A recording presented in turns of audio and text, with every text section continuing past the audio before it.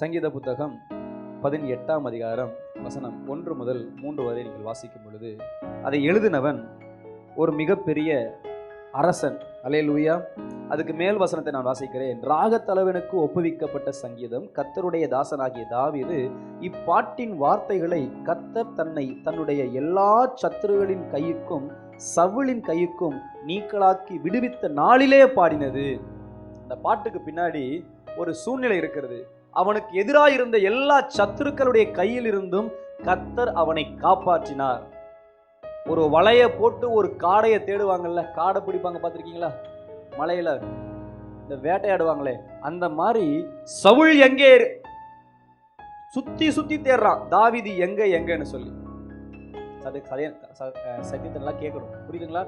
ஒரு மலைய அலசுறது போல தாவீதை கொல்லுவதற்காக ஒரு நாட்டினுடைய முழு இராணுவ படைகளும் நாட்டினுடைய ராஜாவும் அவனை தேடி அலைந்து கொல்ல எத்தனையோ முயற்சிகளை செய்யும் பொழுதும் தாவீதின் மேலே சவுலோ அல்லது சவுலினுடைய படைகளோ ஒரு சின்ன கீறல் கூட அவனை தொடக்கூட முடியாத அளவுக்கு கர்த்தர் தாவீதை பத்திரமாய் பாதுகாத்தார். அல்லேலூயா.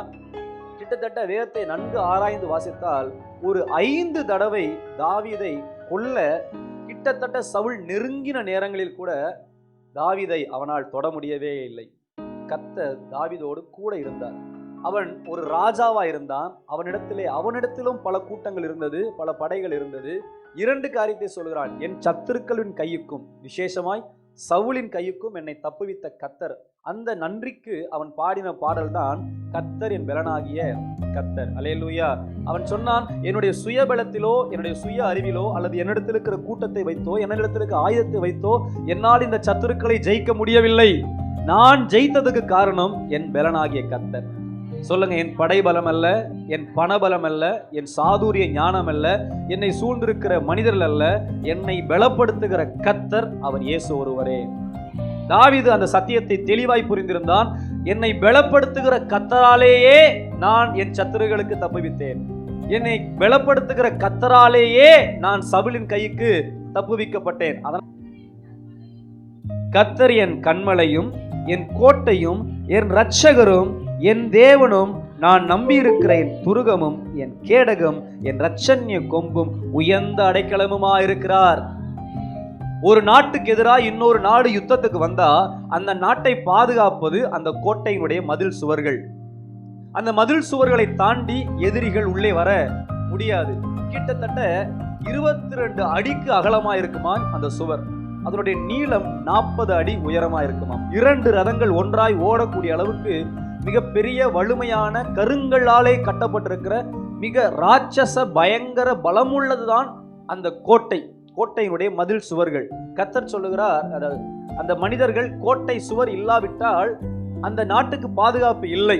அல்லேலூயா.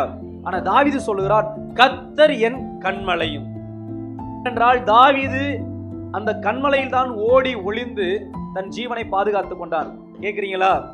சவுல் கொல்லுவதற்காக ஜனங்களையும் படைகளை அனுப்பி தேடிய போது தாவீது ஓடி ஒளிந்த இடம் ஒரு மலை, ஒரு காடு.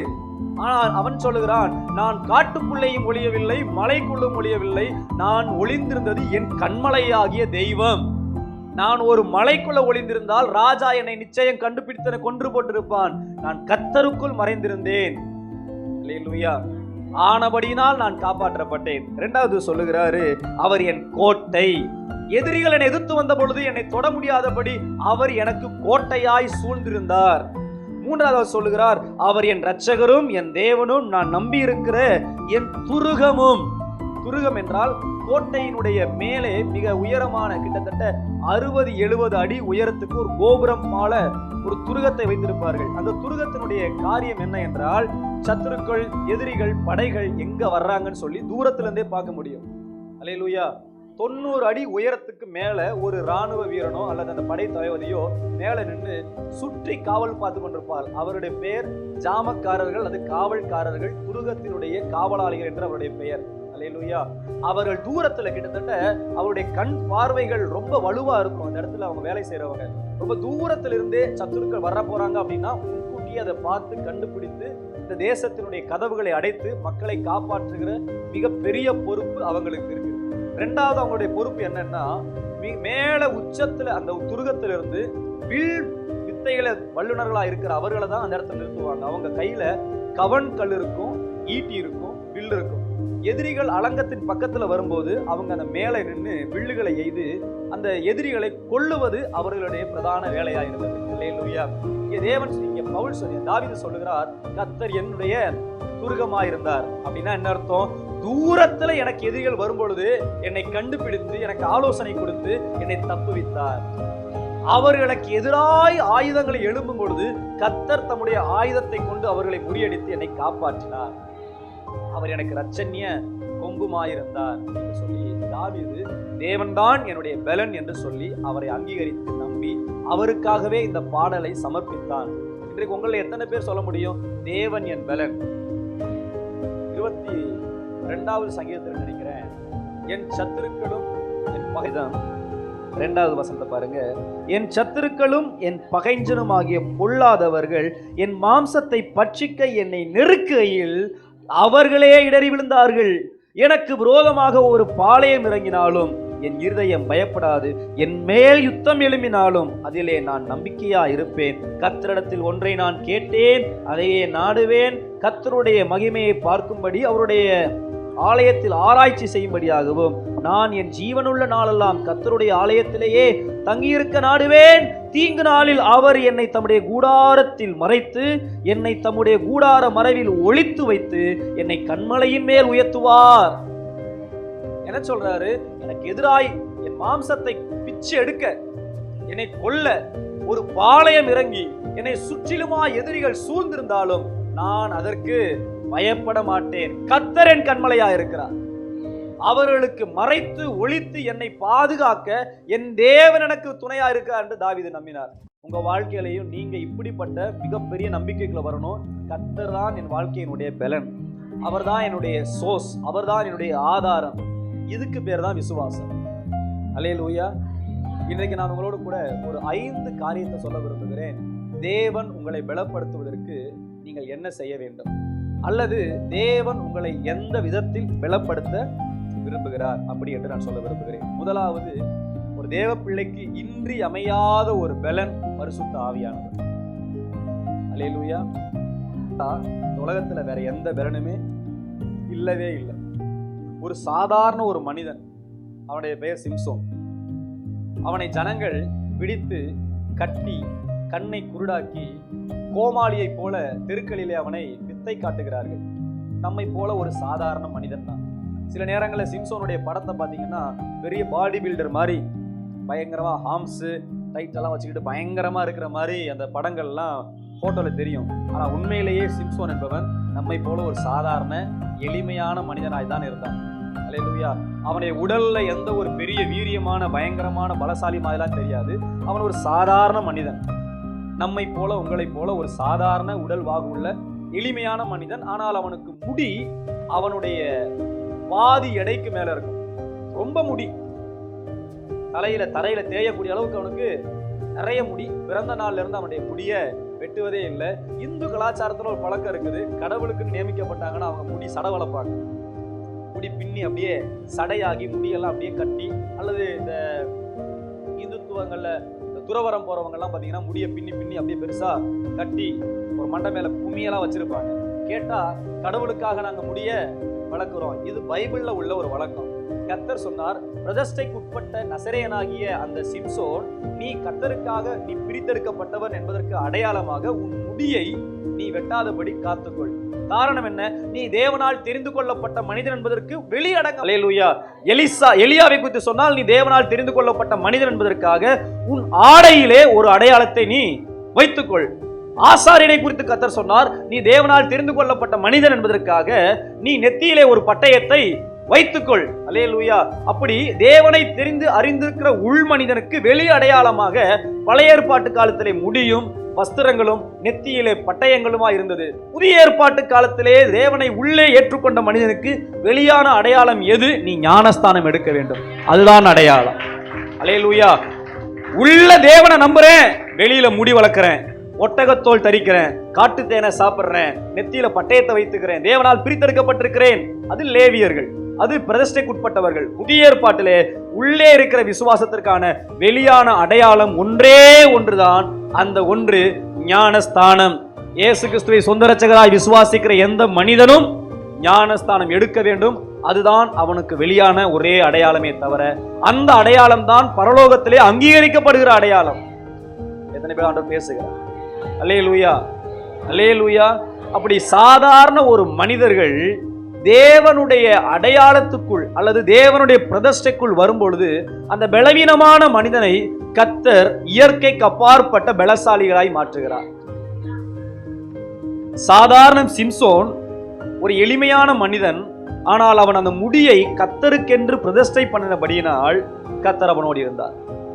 எளிமையான எலியா கர்த்தருக்கென்று தன்னுடைய ஆகாரத்தையும் தன் வஸ்திரத்தையும் தன் வாழ்க்கையும் பிரதிஷ்டைக்குட்படுத்தப்பட்டபடினால் அவனை மகா பெரிய தீர்க்கதரிசியாக பரலோகத்திலிருந்து அக்கினி ரதத்தை கொண்டு அவனை மரியாதையோடும் கனத்தோடும் அழைத்து கொண்டு போனது பரலோகம். பிரதான ஆசாரியர்கள் தங்கள் நெத்தியிலே கர்த்தருக்கு பரிசுத்தம் என்னும் ஒரு அடையாளத்தை வைத்திருந்த பொழுது அவர்களை மகா பரிசுத்த ஸ்தலத்துக்குள் இருக்கிற தேவ பிரசன்னம் பாதுகாத்தது. அந்த பட்டயம் இல்லை என்றால் அது மரணத்துக்கு எதுவாய் மாறிவிடும். அப்படி எந்த மனிதன் தேவனுக்காக தன்னை பிரதிஷ்டை பண்ணி பிரித்து வாழுகிறானோ அவனை தேவன் பலப்படுத்துகிறார் என்று நான் சொல்ல வருகிறேன். தேவன் உங்களை பலப்படுத்த வேண்டும் என்றால் நீங்கள் முதலாவது ஒரு பிரதிஷ்டைக்கு உட்பட்ட வாழ்க்கைக்குள் வர வேண்டும். உங்கள் சரீரத்திலே தேவனுடைய அடையாளத்தை சுமக்க வேண்டும். இந்து மக்கள் பாருங்க, தங்களுக்கு அடையாளமா நெத்தியில பொட்டோ இல்ல பட்டையோ, கைகள்ல கயிறுகளையோ, கழுத்துகள்ல மாலைகளையோ போட்டுக்கொள்றாங்க. நீங்க ஏன் மாலை போட்டிருக்கீங்க? நான் கடவுளுக்காக இன்னைக்கு விரதம் இருக்கிறேன், பொருத்தனை பண்ணியிருக்கிறேன், நடந்தே நான் போறதுக்கு தீர்மானம் பண்ணியிருக்கிறேன், நெருப்புல மிதிக்க தீர்மானம் பண்ணியிருக்கிறேன், முள்ளு குத்த தீர்மானம் பண்ணியிருக்கிறேன், நாக்குல அழகு குத்த தீர்மானம் பண்ணியிருக்கிறேன். ஏனென்றால் நான் இன்னைக்கு கடவுளுக்காக எதையோ ஒண்ணு செய்ய போறேன் அப்படின்னு சொல்லி அவர்கள் மாம்சத்தை வருத்தி கடவுளை தேட விரும்புகிறார்கள். நீங்கள் மாம்சத்தை வருத்தி கடவுளை தேடினால் கடவுள் உங்களை பார்த்து சொல்லுவார், நீ ஒரு முட்டாள். நீ உன் தாயும் உன் தகப்பனிடத்திலும் போய் நான் உங்களை நேசிக்கிறேன், அதனால் நான் நாக்கை வெட்டுகிறேன் என்று சொன்னால் எந்த தகப்பனும் எந்த தாயும் அந்த பிள்ளை வெட்டுவதை ஏற்றுக்கொள்வார்கள்? தகப்பனே, நான் உன்னை நம்புகிறேன், அந்த நம்பிக்கைக்கு இணையாக நெருப்பிலே நடக்கிறேன், உமக்கு சம்மதம் என்றால் இங்கே இருக்கிற தாய் தகப்பனார் யார் உங்கள் பிள்ளைகளை நெருப்பிலே நடந்து நீ எனக்கு அன்பு செலுத்துகிறாய், அதனால் நீ நடந்து காட்டு என்று சொல்ல முடியுமா? அப்படி சொல்லுவீர்கள் என்றால் உங்களை விட கொடூரமான இருதயம் உள்ள மனிதன் உலகத்திலே எந்த மனிதனும் இல்லை. அப்படி என்றால் கடவுளுக்கு வைராக்கியம் காட்டுகிறேன், கடவுளுக்காக பக்தியா இருக்கிறேன் என்று சொல்லி சாப்பிடாமல் இருக்கிறதோ, மண் சோறு தின்னுகிறதோ, நெருப்பிலே நடக்கிறதோ, முள்ளு குத்துகிறதோ அது முட்டாள்தனம். அதை எந்த கடவுளும் ஏற்றுக்கொள்வது இல்லை. அப்படி ஏற்றுக்கொண்டால் அது கடவுளும் இல்லை. நம் ஆண்டவராக இயேசு சொன்னார், நீ என் பாடுகளை பார், உனக்காக நான் காயத்தை பட்டிருக்கிறேன், உனக்காக நான் சிலுவையை சுமந்திருக்கிறேன், என் சரீரத்தில் இருக்கிற ஒவ்வொரு காயங்களும் அது உனக்காக, நீ எதையும் செய்ய வேண்டாம், நான் உனக்காக எல்லாவற்றையும் செய்திருக்கிறேன். நீங்க உங்களை காயப்படுத்திக்கிட்டு கடவுளை திருப்திப்படுத்துறது கடவுள் கிடையாது. உங்களுக்காக தன்னை காயப்படுத்தி கொண்டவர் தான் கடவுள். அல்லேலூயா. அப்படிப்பட்ட நல்ல தேவனை நாம் அறிந்து கொண்டிருக்கிறோம். அப்படிப்பட்ட நல்ல தெய்வம் தன்னை காயப்படுத்தி கொண்டு உங்களுக்கிடத்தில் அவர் கேட்டுக்கொள்கிற ஒரே ஒரு வெளியரங்கமான அடையாளம் என்னவென்றால், நீங்கள் ஞானஸ்தானம் எடுத்து தேவ உடன்படிக்கைக்குள் நிச்சயம் வர வேண்டும். நான் மறுபடியும் உங்களுக்கு சொல்லுகிறேன், எந்த மனிதர்கள் முழு பழைய ஏற்பாட்டு காலத்திலும் தன்னை தேவனுக்கென்று பிரதிஷ்டை பண்ணி கொண்டால் அவர்கள் மேல் கர்த்தருடைய ஆவியானவர் தங்கியிருப்பார். புதிய ஏற்பாட்டு காலத்துல நீங்க ஞானஸ்தானத்தை எடுத்தீர்கள் என்றால் தேவனுடைய ஆவியானவர் உங்கள் மேல் தங்கியிருப்பார். இயேசு கிறிஸ்து ஞானஸ்தானம் எடுத்து கரை ஏறினவுடன் அவரும் நம்மை போல ஒரு சாதாரண மனிதராக இருந்தார். அவர் அதற்கு முன்பு எந்த ஒரு அற்புதத்தையும் அவர் செய்ததாக வேதத்திலே ஒரு இடத்திலும் எழுதப்படவில்லை. அவர் ஒரு சின்ன அற்புதத்தை கூட செய்யவே இல்லை. சாதாரண ஒரு மனிதனாய், மேரிக்கும் யோசேப்புக்கும் ஒரு மூத்த மகனாய், யோசேப்பு சிமியோன் மற்ற சகோதரிகளுக்கு, அதாவது மரியாளுக்கும் சூசேப்பராகிய யோசேப்புக்கும் இன்றைக்கு பூமியில் உள்ள ஒரு ஆணும் பெண்ணும் சேர்ந்து ஒரு பிள்ளையை பெற்றெடுப்பது போல அவர்கள் சேர்ந்து பிள்ளைகளை பெற்றெடுத்து அவர்களுக்கு கீழே 4 பிள்ளைகளும் சில பெண் பிள்ளைகளும் இருந்தார்கள். இவர்களுக்கு ஒரு மூத்த சகோதரனாக இருந்து தச்சு வேலை செய்து குடும்பத்தை நடத்தி கொண்டிருந்த ஒரு சாதாரண வாலிபனாய் தான் இயேசு கிறிஸ்து தேவகுமாரன் பூமியிலே வாழ்ந்திருந்தார். நம்மை போலவே தான் இருந்தார். நம்மை போலவே எல்லா பாடுகளையும் அனுபவித்தார் என்று எபிரேயர் புத்தகத்தில் எழுதப்பட்டிருக்கிறது. அவர் நம்மை போல பாடுபட்டு நாம் அனுபவித்த எல்லா கண்ணீர்களையும் சுமைகளையும் வலிகளையும் அவர் அனுபவித்தார். கேக்குறீங்களா? அல்லேலூயா. ஆனால் ஒரு நாள் அவர் தண்ணீரிலே மூழ்கி ஞானஸ்தானம் எடுத்த முதல் பரலோகம் சொல்லுகிறது, இவர் என்னுடைய நேசகுமாரன், இவரில் நான் பிரியமா இருக்கிறேன். எப்பொழுது நீங்கள் ஞானஸ்தானம் எடுக்கிறீர்களோ அப்பொழுதுதான் பரலோகம் உங்களை தன்னுடைய குமாரனாக குமாரத்தியாக அங்கீகரிக்கும். அப்படி நீங்கள் ஞானஸ்தானம் எடுக்கவில்லை என்றால் பரலோகத்திலிருந்து நீங்கள் ஜெபிக்கும் பொழுது அற்புதம் நடக்கும், கேட்கிற நன்மைகள் கிடைக்கும், நோய்கள் சுகமாகும், பேய்கள் ஓடும். இயேசு நன்மை செய்கிறவர் தான். அது எந்த மதத்தவனா இருந்தாலும், எந்த ஜாதிக்காரனா இருந்தாலும், எந்த மொழிக்காரனா இருந்தாலும், எந்த தேசத்தவனா இருந்தாலும் இயேசுவிடத்திலே கேட்டால் இயேசு நன்மை செய்வார். ஆனால் அவர் தன்னுடைய குமாரன், தன்னுடைய குமாரத்தி என்று அங்கீகரிக்கப்பட வேண்டும் என்றால் அவர்கள் நிச்சயம் ஞானஸ்தான உடன்படிக்கைக்குள்ளே வர வேண்டும். ஞானஸ்தானம் தான் நேசகுமாரன், இவர் என்னுடைய குமாரன் என்று பரலோகம் அங்கீகரிக்கும். அது இயேசு கிறிஸ்துவாகவே இருந்தாலும், அது இயேசு கிறிஸ்துவாகவே இருந்தாலும் கூட ஞானஸ்தானம் எடுத்த போதுதான் பிதா சொல்லுகிறார், இவரில் நான் பிரியமா இருக்கிறேன். இரண்டாவது, பரிசுத்த ஆவியினுடைய வல்லமை பெலன் அவர் மேல் வந்தது. அவர் பரிசுத்த ஆவியில் நிறைந்தவராய் வனாந்தரத்துக்கு போனார்.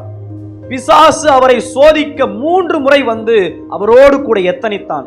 பரிசுத்த ஆவியின் பெலன் அவருக்குள் இருந்தபடியினால் பிசாசை ஜெயித்தார். பரிசுத்த ஆவியின் பெலன் அவருக்கு இருந்தபடியினால் வனாந்தரத்திலே 40 நாள் தண்ணீரும் குடிக்காமல் ஆகாரமும் புசிக்காமல் அவர் ஜீவனோடு இருந்தார். காரணம் பரிசுத்த ஆவியினுடைய பெலன். நான் சொல்லுகிறேன், இந்த உலகத்தில் உள்ள தேவ பிள்ளைகள், ஊழியக்காரர்கள் எல்லாருக்கும் மிக முக்கியமான ஒரு பெலன் எது என்றால் பரிசுத்த ஆவியினுடைய பெலன். அந்த பரிசுத்த ஆவியின் பெலனை நீங்கள் பெற்றுக்கொள்ளும் பொழுது சாதாரண மனிதர்களாகிய நீங்கள் அசாதாரணமான மனிதர்களாய் மாறுவீர்கள். சாதாரண சிம்சோன் பரிசுத்த ஆவியானவர் அவன் மேல் வந்தால் சிங்கத்தை கிழித்து போட்டு விடுவான். அவனை கட்டி வைக்க ஒருவனாலும் முடியாது, அறுத்து எரிந்து விடுவான். அது இந்த உலகத்தில் இருக்கிற எந்த பலனையும் அந்த பலத்தோடு இடைபடவே முடியாது. ஒரு சாதாரண சாலமோன் பரிசுத்த ஆவியினுடைய நிறைவு வந்தால் அவனை ஞானவானாய் மாற்றிவிடும். பரிசுத்த ஆவியின் பலன் உங்களுக்குள்ள வர வர வர வர நீங்க வேற மாதிரி ஆயிடுவீங்க. நான் பைபிளை பத்தி எனக்கு ஒண்ணுமே தெரியாது, நான் பெருசா பைபிளை படிச்சதே கிடையாது. எனக்கு ஒண்ணு தெரியும், ஆண்டவர் மேல அலாதி அன்பு. பரிசுத்த ஆவியை பெற்றுக்கொண்டேன். அதிக நேரம் அந்நிய பாஷை பேசுவேன். கிட்டத்தட்ட மணிக்கணக்கில் 6 மணி நேரம் 7 மணி நேரம் 8 மணி நேரங்களுக்கு மேல உட்காந்து பெணாத்திக்கிட்டே இருப்பேன், புலம்பிக்கிட்டே இருப்பேன். இதனுடைய விளைவு வேதத்தின் ஞானத்தை கர்த்தர் கொடுத்தார், உபதேசத்தின் ஞானத்தை கர்த்தர் கொடுத்தார், ஊழியத்தை செய்ய, ஊழியத்தை கட்ட, விசுவாசிகளை நடத்தக்கூடிய ஞானத்தை கர்த்தர் கொடுத்தார். என்னுடைய வயதுக்கும் நான் பேசுறதுக்கும் நான் செய்யறதுக்கும் சம்பந்தமே இல்லைன்னு பல பேர் சொன்னாங்க. நான் அப்பெல்லாம் ஒன்று சொல்லுவேன், அப்படி என்றால் நம்முடைய வயதை தாண்டி தேவனுடைய பலன் நம்மை சுமக்கிறது, நடத்துகிறது. நீங்க எவ்வளவு சாதாரணமான எளிமையான மக்களா இருந்தாலும் பரிசுத்த ஆவியினுடைய பலன் உங்க மேல வந்துட்டா நீங்கள் வேற ஒரு மனுஷனா மாறிடுவீங்க. பரிசுத்த ஆவி உங்களை பேதைகளை ஞானிகளாய் மாற்றுகிற வல்லமை அதுக்கு இருக்குது. அதனால தான் கர்த்தர் சொன்னார், ஒரு தேவ பிள்ளைகளுக்கு பசி எப்படி நீங்க சாப்பிடலன்னா எப்படி பசிக்குதோ அந்த மாதிரி ஒரு பசி தாகம் அவர் மேல இருக்கும். கர்த்தரின் மேல் பசி தாகம் உள்ளவர்கள் பாக்கியவான்கள். பசி தாகம் அப்படியே பசிக்கணும். ஆண்டவரே அவங்களுக்காக நான் ஜெபம் பண்ணணும், அவங்களை போய் தேடணும், இன்னைக்கு இருக்கிறது பத்தாது, நான் இன்னும் அந்நிய பாஷை பேசணும், தீர்க்க தரிசனம் பேசணும், எனக்குள்ள வரங்கள் வேணும், வேதத்தை படிக்கணும், வேதத்தை ஞானம் வேணும். இந்த ஆர்வம் உங்களுக்குள்ள இருக்க இருக்க இருக்க நீங்கள் வேற மனுஷனா மாறிக்கிட்டே இருப்பீங்க. என்னத்துக்கு சர்ச்சுக்கு போயிட்டு அப்படின்னு நீங்க ஒரு இடத்துல நின்றுட்டீங்கன்னா நீங்கள் அங்கவே தேங்கி கெட்டு போயிடுவீங்க. ஓடாத தண்ணி ஒரு இடத்துல தேங்கி போயிட்டா அது எவ்வளவு நல்ல தண்ணியா இருந்தாலும் அதுக்குள்ள புழு பூத்து பாசை வந்து கெட்டு போயிடும். ஒரு ஆவிக்குரிய வாழ்க்கையில தேவ பிள்ளைகள் ஓரளவுக்கு மேல விருப்பம் இல்லை, ஆண்டவரை தேட விருப்பம் இல்லை, ஜெபிக்க விருப்பம் இல்லை, உபவாசம் போட விருப்பம் இல்லை, அப்படியே மந்தமா இருக்குதுன்னா நான் பல பேரை பார்த்துட்டேன். ஒருத்தவங்களுக்குள்ள பேய் வரப்போகுதுன்னா முதல்ல அந்த விசுவாசிய பிசாசு வாயை மூட வைப்பான். நான் கண்டுபிடிச்ச ரகசியத்தை சொல்றேன். சில பேர் வாழ்க்கைக்குள்ள பல பிரச்சனைகள், போராட்டங்கள், சில பேர் முகத்தை பார்த்தாலே இருள் அப்படி மூஞ்சில நிற்கும். அவங்கள பார்த்தோன்னே கண்டுபிடிச்சிடலாம் அவங்களுக்குள்ள பேய் இருக்குதுன்னு சொல்லி. ரொம்ப ஈஸியா கண்டுபிடிச்சிடலாம். ஒருத்தவங்களுக்குள்ள அசுத்த ஆவி இருக்குதுன்னா அதை அவங்க முகமே காட்டி கொடுத்துரும். நிம்மதி இருக்காது, அப்படியே பறி கொடுத்த மாதிரி இருப்பாங்க, சோகமா இருப்பாங்க, அப்படியே வேதனையா இருப்பாங்க, மூஞ்செல்லாம் தொங்கி போய் அப்படியே வாடிக்கிட்டு இருக்கும். அந்த சோர்வு உள்ள வந்துட்டாலே உள்ள பேய் வரப்போகுதுன்னு அர்த்தம். அதனால தான் ஆண்டவர் சொன்னார், நீங்க எப்போதும் எனக்குள்ள சந்தோஷமா இருக்கணும். மறுபடி சொல்லுகிறேன், உங்க உள்ளார்ந்த மகிழ்ச்சி உங்கள் ஆவிக்குரிய பலனுக்கான வெளி அடையாளம். அல்லேலூயா. அந்த விஷயத்துல நீங்க என்னைக்குமே கவலை வரும், சோர்வு வரும், ஆனா அதை பத்தி நீங்க பெருசா கேர் பண்ணாம தேவனுக்குள்ள உங்களை பலப்படுத்தி கொண்டே வரணும். சில வசனங்கள் நம்ம வாசித்து தியானிக்க இருக்கிறோம். அப்போஸ்தல புத்தகம் 1:8 கர்த்தர் சொல்கிறார், கர்த்தருடைய ஆவியானவர் உன்மேல் வரும்பொழுது நீங்க பலனடைவீர்கள். அதுக்கப்புறம் நீங்க இருக்க எல்லா இடத்துலையும் கர்த்தருக்கு சாட்சிகளாக இருப்பீர்கள். அல்லேலூயா, அல்லேலூயா. கர்த்தருடைய ஆவியானவர் உங்க மேல வரும்போது ஒரு புதிய பலன் உங்க மேல வரும். அல்லேலூயா. தாவீது என்கின்ற மனிதன் ஒரு சாதாரண ஆடு மேய்க்கிற மனிதன். அவன் அந்த வீட்டிலே ஒதுக்கப்பட்ட ஒரு மனிதன். கேட்குறீங்களா? குடும்பத்துல ஒதுக்கப்பட்டவன், சாதாரண ஒரு மனிதன், வெறும் ஆடு மேய்த்து கொண்டிருந்த ஒரு மனிதன். ஆனால் அவன் தேவனை பாடினான், துதித்தான், மகிமைப்படுத்தினான், தேவனை நம்பியிருந்தான். நான் உங்களை பார்த்து ஒன்று சொல்றேன், தேவன் உங்கள் நிலைமையை மாற்ற விரும்புகிறார். 2 பேரை தொட்டு சொல்லுங்க. உங்க நிலைமையை மாற்ற விரும்புகிறார், உங்க சூழ்நிலையை மாற்ற விரும்புகிறார், உங்க அடையாளத்தை மாற்ற விரும்புகிறார். நீங்க ஒரு சாட்சி சொன்னா நீங்களான்னு நம்ப முடியாத அளவுக்கு உங்களை மாற்ற விரும்புகிறார். என்னை பத்தி என்னுடைய ஃப்ரெண்டு ஒருத்தமே சொன்னான், நம்ம கூட ஒருத்தன் ஸ்கூல்ல படிச்சான் இல்லையா, சீலன்னு சொல்லி, அவன் இன்னைக்கு பாஸ்டர் ஆயிட்டான்ட்டு. அப்போ அவன் சொன்னான், டேய் அவன்லாம் பாஸ்டர், அவன் சர்ச்சுக்கு போறதுக்கே தகுதி இல்லாத ஆள் இன்னைக்கு பாஸ்டரா இருக்கான்னா, நான் சொன்னா நம்பவே முடியாத அளவுக்கு நம்முடைய சாட்சிகளை மாற்றுகிற நல்ல தேவன். தாவீது ராஜாவானதுக்கு அப்புறம், நான் ஒரு காலத்துல அந்த வனாந்தரத்துல ஆடு மேய்ச்சிக்கிட்டு இருக்கேன்னு சொன்னா யாராச்சும் நம்ப முடியுமா? சும்மா கதை விடாத, நீ இவ்வளோ பெரிய ராஜா, இவ்வளோ பெரிய அரசன் ஆயிட்ட, நீ போய் ஆடு மேய்க்கிறன்னா எங்களால நம்ப முடியுமா? நம்பவே முடியல. ஏன்னா அப்படி அடையாளத்தை கர்த்தர். யாராவது போயிட்டு தாவீதினுடைய படையில உரியான்னு ஒருத்தன் வேலை செஞ்சிட்டு இருக்கிறான், ஏத்தியன். அவன் ஒரு இஸ்ரவேலன் கிடையாது. அவன் யாரு? அவன் ஒரு யூதன் கிடையாது, அவன் ஒரு ஏத்தியன். அவன் ஒரு இஸ்ரவேலன் கிடையாது, அவன் ஒரு ஏத்தியன். நல்லா புரிந்து கொள்ளுங்க. தாவீதினுடைய வம்சத்துல தாவீது திருமணம் பண்ணின யூதாவின் மனைவிகள் அங்க இருக்கும்போது, பத்சேபாள் என்கின்ற ஒரு சாதாரண உரியாவின் மனைவியிடத்துல போய், டேய் நாளைக்கு தாவீதின் சிங்காசனத்துல உனக்கு ஒரு புள்ள பிறக்கும், அந்த புள்ள உட்காருன்னு சொன்னா பத்சேபாள் நம்பியிருப்பாளா? நாங்க இந்த நாட்டுல ஒரு சாதாரண குடியானவர்கள், ஏத்தியர்கள், நாங்கெல்லாம் இந்த நாட்டுல வாழ்றதே இவங்க விட்ட புண்ணியம். என் புள்ள, அதுவும் என் புள்ள போயிட்டு அதுக்கப்புறம் ராஜா தாவீது என்கின்ற மகாராஜாவின் அடுத்த சிங்காசனத்துக்கு என் புள்ள சொந்தமாவான்னு சொன்னா யாரா நம்புவாங்களா? நம்பவே மாட்டாங்க. ஆனா நாத்தான் தீர்க்கதரிசி சொன்னான், இத கர்த்தர் உனக்கு செய்வார். நாத்தான் தீர்க்கதரிசி சொன்னாரு, பத்சேபாளே கர்த்தர் உனக்கு இதை செய்வார். தாவீதுக்கு எத்தனை பிள்ளைகள் பிறந்திருந்தாலும் நாளைக்கு தாவீதின் சிங்காசனத்தில் உட்கார போறது ஓம் மகன் தான். இதை நீ நம்புறியா? நம்புற மாதிரி இல்லையே, காலம் வரும் நீ நம்புவேன்னாரு. அல்லேலூயா. இன்னைக்கு சில காரியத்தை உங்களுக்கு தீர்க்கதரிசனமா சொன்னா, அதெல்லாம் எங்க வாழ்க்கையில முடவனுக்கு கொம்புத்தேன் மேல. கொம்புத்தேன் என்னன்னு தெரியுமா உங்களுக்கு? கொம்புத்தேன் என்னது? பெரிய பெரிய மரங்கள்ல பொந்துகள்ல இருக்கிற கொம்புத்தேன். அதுவும் பெரிய உயரமான உச்சமான 100 அடி 200 அடிக்கு மேல இருக்கிற மலைகள்லையும் மரங்கள்லையும் பொந்துகள்லையும் வளருதுதான் கொம்புத்தேன். பழமொழி சொல்லுவாங்க, முடவனுக்கு நடக்கவே முடியல, உனக்கு இவ்வளோ உயரமா இருக்கிற மலைத்தேன் வேணுமா, இவ்வளோ உயரமான கொம்புத்தேன் வேணுமான்னு ஆசைப்பட்டு கேட்பாங்கல்ல, அந்த மாதிரி ஆயிரும். பரிசுத்த ஆவியானவர் ஒருத்த மனுஷன் வாழ்க்கையில வந்தா இது இவன் தானான்னு நம்மளால கண்டே பிடிக்க முடியாத அளவுக்கு அவன் உருவம், அவனுடைய வாழ்க்கை, அவனுடைய உயர்வு எல்லாம் தலைகீழா மாறிடும். இந்த பைபிள்ல ஃபுல்லா படிச்சு பாருங்க, எங்கேயாவது ஒரே ஒரு நபர் பரிசுத்த ஆவியை பெற்றுக்கொண்டு அவன் சாதாரண மனுஷனா இருந்தான்னு சொல்லி யாராச்சும் ஒரு நபரை காட்டுங்க. முடியவே முடியாது. பரிசுத்த ஆவியான உள்ள வந்துட்டா நீங்கள் அசாதாரணமானவர்களாய் மாறிவிடுவீர்கள். ஒரு சூப்பர் நேச்சுரல் பவருக்குள்ள வந்துடுவீங்க, சூப்பர் நேச்சுரல் நடத்துதலுக்குள்ள வந்துடுவீங்க. இயற்கைக்கு அப்பாற்பட்ட ஒரு சூழ்நிலை உங்களை இயக்க ஆரம்பிக்கும், உங்களை போதிக்க ஆரம்பிக்கும், உங்களை நடத்த ஆரம்பிக்கும். உங்களுக்குள்ள அந்த பவர் ஜென்ரேட் ஆரம்பிச்சிடும், உங்களுக்குள்ள கிரியை செய்ய ஆரம்பிக்கும். எத்தனை பேர் ஆண்டு பேசுகிறார்? இன்னைக்கு முதல் முக்கியம், பரிசுத்த ஆவியில எப்போதும் நிரம்பி ஜபிக்கிற ஒரு பழக்கம் வேணும். அந்நிய பாஷை பெற்றிருக்கிறவங்க வெறும் அந்நிய பாஷையோடு இருக்கக்கூடாது. அந்நிய பாஷைன்றது ஒண்ணு. அடுத்தது நவமான பாஷைகள். அடுத்தது தூதர்களின் பாஷைகள் அப்படின்னு உங்கள் அந்நிய பாஷை மெருகூட்டப்பட்டுக்கிட்டே இருக்கணும். பல நேரங்களில் நான் அந்நிய பாஷை பேசும்போது இன்னைக்கு ஒரு மாதிரி இருக்கும், நாளைக்கு ஒன்று மாதிரி இருக்கும், இன்னொரு பக்கம் ஒரு மாதிரி இருக்கும். எனக்கே டவுட்டாக இருக்கும், என்ன நம்ம பேசுறது ஒவ்வொரு முறையும் ஒவ்வொரு விதமாக இருக்குது. நம்ம நான் பார்த்துருக்கேன், கடந்த 15 ஆண்டுகள் 20 ஆண்டுகள் நான் கேட்ட அந்நிய பாஷை எல்லாமே அந்த ஒரே வார்த்தை, அந்த 4 வார்த்தையை தாண்டி அவங்க பேசின மாதிரி நான் பார்த்ததே இல்லை. சில ஊழியக்காரங்க பேசுறது அவங்க சில நேரத்தில் அந்த அந்நிய பாஷை எனக்கு மனப்பாடமாகவே ஆயிடுச்சு. அவங்க இதை தான் சொல்லுவாங்க, இந்த வார்த்தை தான் வருவாங்கன்னு சொல்லி அப்படியே அந்த 2 வார்த்தையை தவிர 3 வார்த்தையை தவிர அவங்க அந்நிய பாஷையில் வளர்றது கிடையாது. ஏன் வளருது? அவங்க அதை பேசுறதே கிடையாது.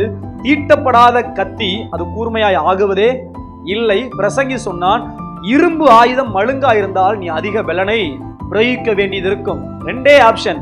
இரும்பு ஆயுதம் பரிசுத்த ஆவியின் வல்லமை, அது தீட்ட தீட்ட கூறாகிட்டே போகும். ஒரு கத்தி கூறாக கூறாக நீங்க ரொம்ப அதிகமான பலனை கொடுக்க வேண்டிய அவசியம் இல்லை.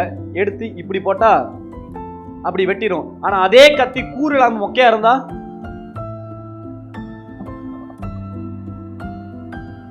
சில நேரத்தில் எங்க வீட்டில் ஒரு கத்தி ஒன்று இருக்குது, வெண்டைக்காய் வெட்டுறதுக்கே பாடா இருக்கும். அதை கீழே கொண்டு வந்து வச்சு தேய்ன்னு தேய்ச்சா நெருப்பு பறக்கும். தீட்டா சரா சரா சரா சரான்னு அந்த கருப்பா இருக்குல்ல, அந்த கருப்பு படிவெல்லாம் போயிட்டு பல பல பல பலன்னு சில்வர் கலர்ல வரும். இப்ப போய் வச்சா இதுதான் உங்களுக்கு கொடுக்கப்பட்டிருக்கிற பரிசுத்த ஆவியானவர் ஒரு ஆயுதம். அரணை காக்கிற பலவான், இரும்பு ஆயுதம் தரித்திருக்கிற பலவான் உங்களுக்குள்ள இருக்கிறாரு. நீங்க அந்நிய பாஷை பேச பேச பேச உங்கள் ஆவிக்குரிய வல்லமை கூறாய்கிட்டே இருக்கும். அதனால தான் போட்டிருக்குது, அந்நிய பாஷை பேசுகிறவன் தனக்கு பக்தி விருத்தி உண்டாக அந்நிய பாஷை பேசுகிறான். நேத்து வரைக்கும் இவ்வளவு வைராக்கியமா இருந்தவன் அப்புறம் இவ்வளவு வைராக்கியம் ஆயிடுவான். அந்த வைராக்கியம் எங்க இருந்து வந்துச்சு? பரிசுத்த ஆவியின் அந்நிய பாஷைக்குள்ள. இப்படி இருந்த சின்ன விசுவாசி ஒரு பெரிய ஊழியக்காரன் ஆயிடுவான். எப்படிங்க ஆச்சு? உள்ள இருக்க அந்நிய பாஷை அவனை விரிவடைய பண்ணுகிறது. பைபிள் சொல்லுது, அந்நிய பாஷை உங்களுடைய ஸ்பிரிச்சுவல் லைஃபை எக்ஸ்பேண்ட் பண்ணுது, விரிவாக்கம் அடைய செய்கிறது. கேட்குறீங்களா இல்லையா? நீங்க 2 வாய்ப்பு. உங்க தட்டுல ஒரு லட்டு வைக்கலாம், நீங்க சாப்பிட்றத சாப்பிடலாம், இல்லைனா கொண்டு போய் குப்பை தொட்டில போடலாம். விசுவாசிகளா நீங்கள் ஆன பொழுது பரிசுத்தாவியை பெற்றுக்கொண்டீர்கள். நீங்க விசுவாசியா ஆகும் போதே பரிசுத்தாவியினால தான் நீங்க நடத்தப்பட்டு பரிசுத்தாவியினால பெற்றுக்கிறீங்க. இதுக்கப்புறம் நீங்க தான் என்ன பண்ணணும்? ஒரு விதைய தண்ணி ஊற்றி வளர்க்கறது போல உங்களுக்குள்ள இருக்கிற பரிசுத்த ஆவியின் வல்லமையை நீங்க பெருக செய்யணும். அதுக்கு நீங்க வாய மூடி இருக்கக்கூடாது, நல்லா அந்நிய பாஷையை பேசணும். 2 வார்த்தை தான் அந்நிய பாஷையா, அதை திரும்ப திரும்ப பேசும்போது தான் அது 4ஆ மாறும். அந்த 4 பேசும்போது 6ஆ மாறும், 6 8ஆ மாறும். இன்னைக்கு ஃபுல்லா உட்காந்து நான் அந்நிய பாஷை பேசுறேன்னா கூட இன்னைக்கு ஃபுல்லா உட்காந்து பேசிக்கிட்டே இருப்பேன். ஏனென்றால் அது நம்முடைய வாழ்க்கையை இயக்குகிற ஒரு பலன். பெட்ரோல் இல்லாத எந்த நல்ல வண்டியும் ஓடாது. வண்டியில எந்த குறையுமே இல்லை, ஆனா வண்டி ஓட முடியாது. காரணம் என்ன? எல்லாமே நிறைவா இருந்தாலும் அதை இயக்குகிற ஒரு பவர் இல்லைன்னா அதனால செயல்பட முடியாது. ஒரு விசுவாசிக்குள்ள நல்ல ஜெபிக்கிற பழக்கம் இருக்கலாம், வேத வாசிக்கிற பழக்கம் இருக்கலாம், காணிக்கை கொடுக்குற பழக்கம் இருக்கலாம், அன்பா இருக்கலாம், உங்களுக்கு என்னென்ன இருக்கலாம். ஆனா பரிசுத்த ஆவியின் வல்லமை இல்லாம உங்களால பலப்பட முடியாது, எதிர்த்து நிற்க முடியாது. உங்க சூழ்நிலையில இப்ப உங்க குடும்பத்துக்கு இருக்கிற சண்டை பிரச்சனையை எதிர்த்து போராடி அதை ஜெயிக்கத்தக்க பலன் உங்களுக்கு வராது. பரிசுத்த ஆவியானவர் இருந்தாதான் அந்த பலன் உங்களுக்குள்ள வரும். இந்த சகோதரி சொன்னாங்கல்ல, ஹாஸ்பிட்டலுக்கு போக முடியாது, என்னால் சென்னைக்கு போக முடியாது, நான் ஹாஸ்பிட்டலுக்கு போகணுமா இல்லை மருத்துவராகி என் இயேசுவை தேடணுமான்னு தீர்மானம் எடுத்து ஜெபம் பண்ணி, இப்போ என்ன நான் ஜெபம் பண்ணி தர்றேன், பாஸ்டர் ஜெபம் பண்ணாதான் அற்புதம் நடக்குமா? நான் ஜெபம் பண்ணாலும் அற்புதம் நடக்கும், ஏன்னா எனக்குள்ள இயேசு இருக்கிறாரு. அந்த தீர்மானத்துக்கு பேர் தான் என்னது? தேவ நடத்துதல். பாஸ்டர் 2 கொம்பு உங்களுக்கு 4 கொம்பு அப்படிலாம் இல்லை. இங்க இருக்கிற அதே ஆவியானவர் தான் உங்களுக்குள்ளேயும் இருக்கிறார். நான் அவரிடத்துல நெருங்கி இருக்கிற விதம், நீங்க நெருங்கி இருக்கிற விதம் கொஞ்சம் தூரமா இருக்குது. அதுதான் வித்தியாசமே தவிர நீங்களும் நெருங்கி வர வர வர உங்க மேலையும் தேவ வெளிச்சம் பிரகாசமாகிக்கிட்டே இருக்கும். அல்லேலூயா. நல்லா புரிந்து கொள்ளுங்க, இருளில் தொலைஞ்சு போன ஒரு பொருளை வெளிச்சம் இல்லாம கண்டுபிடிக்கவே முடியாது. உங்க வாழ்க்கையில நீங்க இழந்து போன எல்லாவற்றையும் திரும்ப நீங்க கண்டுபிடிச்சு அது உங்க கைக்கு வரணும்னா பரிசுத்த ஆவியின் அக்கினி உங்களுக்குள்ள இருக்கணும். நான் பல பேரை பார்த்துட்டேன், ரட்சிக்கப்பட்ட காலம் அன்னையிலேருந்து இன்னைக்கு வரைக்கும் அப்படியே தான் இருக்கிறாங்க. ஏனென்றால் அவர்கள் ஆவிக்குரிய வாழ்க்கையில வளருவதற்கான எந்த விருப்பமும் இல்லை. அது இல்லாததுனால கர்த்தர் அவங்களுக்கு தீர்மானம் பண்ணி வைத்த எந்த நன்மையை அவங்களால பெற்றுக்கொள்ளவும் முடியலை. இன்னைக்கு ஒரு தீர்மானம் எடுக்கணும், பரிசுத்த ஆவியின் பலனை நான் பெற்றுக்கொள்ள வேண்டும். இயேசுவின் பாதத்திலே உட்கார்ந்து இயேசுவினிடத்திலே வல்லமையை பெற்றுக்கொண்டு இயேசுவின் மூலமாய் அந்த நாமத்திலே பேய்களை ஓட்டின அப்போஸ்தலர்களுக்கு ஆண்டவர் சொன்னார், இந்த பலன் உனக்கு போதாது, இந்த பலத்தை வச்சுக்கிட்டு நீ எருசலேமை தாண்டி உன்னால ஊழியம் பண்ண முடியாது, உன்னதத்திலிருந்து வரும் பலன் உங்கள் மேல் தரிப்பிக்க வரையிலும் எருசலேமிலே காத்திருங்கள், அப்பதான் நீ இருக்கிற எல்லா இடத்துலையும் சாட்சியா வாழ முடியும். பாவத்தை ஜெயிக்கிறதுக்கு கூட பரிசுத்தாவின் பலன் நமக்கு வேணும். ஒரு நோயை சுகமாக்குறதுக்கு பரிசுத்தாவின் பலன் வேணும். செய்வன சூனியத்தை உடைக்கிறதுக்கு பரிசுத்தாவின் பலன் வேணும். உங்க குடும்பத்துக்குள்ள இருக்கிற சண்டைகளை அடிச்சு உடைச்சு அந்த மனுஷன் வாயை அடக்கி மனுஷனா மாத்தணும்னா அதுக்கு பரிசுத்தாவின் வல்லமை வேணும். பரிசுத்தாவின் வல்லமை இல்லாம உங்கள் ஜெபங்களுக்கு அற்புதம் நடக்க முடியாது. அல்லேலூயா. அவன் பரிசுத்தாவில் நிறைந்தவனாய் போதித்த பொழுது 3000 பேர் ரட்சிக்கப்பட்டார்கள். பரிசுத்தாவில் நிறைந்தவனாய் முடவனை பார்த்து எழுந்து நட என்ற பொழுது அவன் எழுந்து நடந்தான். பரிசுத்தாவில் நிறைந்தவனாய் அவன் முழங்கால் படியிட்டு கர்த்தரை நோக்கி பார்த்த பொழுது வானம் திறக்கப்பட்டது. பரிசுத்தாவின் நிறைவு மிக முக்கியமான ஒன்று. அல்லேலூயா. எந்த காம்ப்ரமைஸும் கிடையாது. முட்டாள்களை போல நீங்க முடிவெடுக்க கூடாது. அந்நிய பாஷை பேசக்கூடாது. பைபிள் எங்க போட்டிருக்குது? அந்நிய பாஷை பேசினா 2-3 பேர் மத்தியில தான் பேசணும். அது எதுக்காக பவுல் சொன்னார்? அதுக்கு பின்னாடி இருக்கிற காரியம் என்ன? அது தெரியாம அடக்கக்கூடாது. அதே பவுல் முடியாம சொல்றாரு, அந்நிய பாஷை பேச ஒருவனும் தடை பண்ணக்கூடாது. அப்படி பண்ண அவன் மேல சாபம் வரும். அல்லேலூயா. பரிசுத்த ஆவியானவருக்கு எதிராய் பேசுகிறவர்கள் மேல் சாபம் வரும். அனனியா சப்பிரால் வந்து தேவனுக்கு பிரியமில்லாத வார்த்தையை சொன்ன பொழுது பேதுரு சொன்னான், பரிசுத்தாவிக்கு விரோதமாய் பேசும்படி உன் இருதயத்தை பிசாசு ஏவினது என்ன? இதன் நிமித்தம் இதோ 2 பேருடைய கால்கள் வருகிறது. உன் புருஷனை கொன்ற புதைத்த அவர்கள் இப்பொழுது உன்னையும் எடுத்துக்கொண்டு போக போகிறார்கள். காரணம், நீ பேசியது பரிசுத்தாவிக்கு விரோதமான பேச்சு. அல்லேலூயா. பரிசுத்தாவில என்ன? யாராச்சும் அந்நிய பாஷை பார்த்து பேசினா அப்படியே சிரிக்கிறது, கிண்டல் பண்றது, சாபம் வந்துடும். வாலிய பிள்ளைகளுக்கு உங்களுக்கு சொல்றேன், யாராவது சர்ச்சில் அந்நிய பாஷை பேசி நல்லா ஜெபம் பண்ணி குதிக்கிறாங்க அப்படின்னும் போது பக்கத்துல இருந்து சிரிச்சிங்கன்னா உங்க மேல சாபம் வரும். இந்த சாபத்தை மன்னிக்கிறதுக்கு இயேசுவின் ரத்தத்துக்கே வல்லமை இல்லை. இயேசுவே சொன்னார், எல்லா பாவங்களும் மன்னிக்கப்படும். பரிசுத்த ஆவிக்கு விரோதமாய் பேசுகிற பாவம் எதாலையும் மன்னிக்கப்படாது. இந்த உலகத்திலேயே மன்னிக்கப்படாத ஒரு பாவம் பரிசுத்த ஆவிக்கு விரோதமாய் பேசுகிற பாவம், அல்லது பரிசுத்த ஆவியில் நிறைந்த மனிதனுக்கு எதிராய் பேசுகிற பாவம். அது மன்னிக்கப்படாது. விளையாட்டுத்தனமா பேசுறது, கிண்டல்தனமா பேசுறது, நமக்கு என்னமோ இருக்கிற பெரிய ஞானி மாதிரி பேசிடக்கூடாது. தெரியலையா, கம்முன்னு வாயை முடிச்சு விட்டுறணும். அவங்க ஜட்ஜ் பண்றதுக்கு நமக்கு அதிகாரமே இல்லை. என்ன பரிசுத்தாவில் நிரம்பினா ஊனு கத்துற, குதிக்கிற, துள்ளுற, உருள்ற. பைபிள் சொல்லுது, பரிசுத்தாவில் நிறைந்தவர் அந்நிய பாஷை பேசிய பொழுது கீழே இருந்து பார்த்தவனுக்கு மதுபானம் கொடுத்து வெறித்தவனை போல் இருந்தது. அப்போஸ்தலர்கள் அந்நிய பாஷை பேசும்போது எப்படி இருந்துச்சு? ராகமா பாட்டு பாடுற மாதிரியா இருந்துச்சு? இல்ல அல்ல அப்படி அமைதியா உட்காந்துட்டு இப்படி இருந்துச்சா? குடிகாரம் குடிச்சிட்டு என்ன பண்ணுவான்? அப்படிதான் இருந்தாங்க. ஏனென்றால் பரிசுத்தாவியின் பலன் வரும் பொழுது அது அப்படிதான் இருக்கும். அதுதான் அந்த பலன். பரிசுத்தாவிக்குள்ள நீங்க நிரம்ப நிரம்ப உங்க எல்லைகள் விரிவடையும். உங்கள் அறியாத ஜனங்கள் உங்களை அழைப்பார்கள். உங்களுக்கு தெரியாத இடத்திலிருந்து உங்களுக்கு அழைப்பு வரும். உங்களுக்கு தெரியாத இடத்திலிருந்து உங்களுக்கு வாய்ப்புகள் வரும். வேலைக்கான வாய்ப்பு வரும். உங்களுக்கே தெரியாத இடத்துல நல்ல வரணும் உங்க வீட்டுக்கு தேடி வரும். ஏனென்றால் அந்நிய பாஷை பேசுகிறான், தனக்கு பக்தி விருத்தி உண்டாக்க பேசுகிறான். உங்க எல்லைகள் விரிவடையணுமா, உங்கள் வாழ்க்கையினுடைய தரம் உயரணுமா, ஒரே ஒரு திறவுகோள், அந்நிய பாஷையில பேசணும். அதிகமாய் பரிசுத்த ஆவியில நிரம்பி ஜெபிக்கணும். அல்லேலூயா. எத்தனை பேர் ஆண்டவர் பேசுகிறார்? எத்தனை பேர் பரிசுத்த ஆவிய வல்லமையை பெறலையோ? நீங்க எல்லாரும் உபவாசம் போட்டு கேட்டு ஆண்டவர்கிட்ட வாங்கி பெற்றுக்கணும். பரிசுத்த ஆவியான எல்லாருக்கும் வாயத்தர இந்தான் கொடுக்க மாட்டாரு. பைபிள் சொல்லுது, பரிசுத்த ஆவியை பெற்றுக்கொள்ள வேண்டும் என்றால் அவர்கள் காத்திருக்க வேண்டும். தேவனுடைய சமூகத்திலே காத்திருந்தாதான் கொடுப்பாரு. கேட்கிறவனுக்கு தான் கொடுக்கப்படும். பரிசுத்த ஆவியானவர் உலக மனுஷனுக்கு தர மாட்டார்.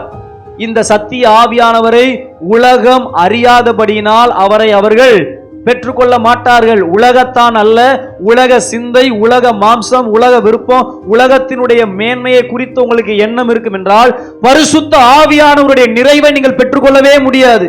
பெற்றுக்கொண்டிருந்தாலும் அடுத்த அளவுக்கு உங்களால போக முடியாது. அங்கவே தேங்கிடுவீங்க. அல்லேலூயா.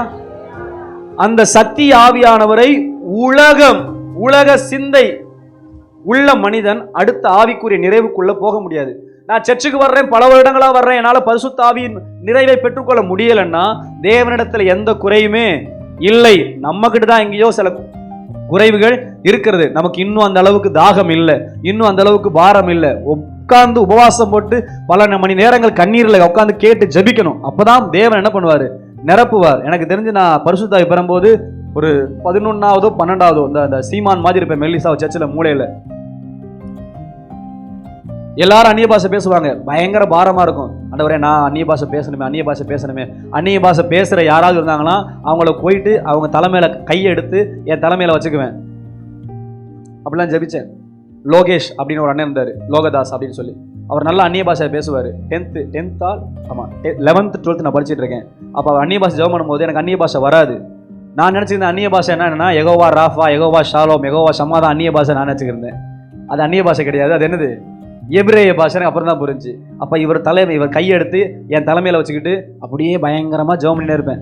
ஒரு நாள் 2 நாள்ல பல நாட்கள் பல மாதங்கள் அப்படி ஜெபம் பண்ணேன். ஏன் அப்படின்னா எனக்கு ஒரு நம்பிக்கை, அபிஷேகத்தில் நிரம்பின ஒரு பவுல் அபிஷேகம் இல்லாத ஒரு மனிதன் மேல் கைகளை வைத்த பொழுது அவர்கள் பரிசுத்த ஆவியினாலே நிரப்பப்பட்டார்கள். எனக்கு எங்கள் ஊழியக்காரர் தலைமையில் கை வைக்கிறது பயம், அவர்கிட்ட போய் என்னால் ஃப்ரீயாக பேச முடியாது.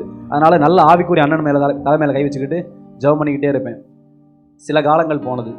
ஒரு நாள் சர்ச்சில் ஞாயிற்றுக்கிழமை ஆராதனையில் இன்னைக்கு ஆண்டவரே எனக்கு ஒரு 3 நாள் ஃபாஸ்டிங் நினைக்கிறேன், பயங்கரமாக ஜெபம் பண்ணுறேன், மூலையில் இருக்கிறேன்.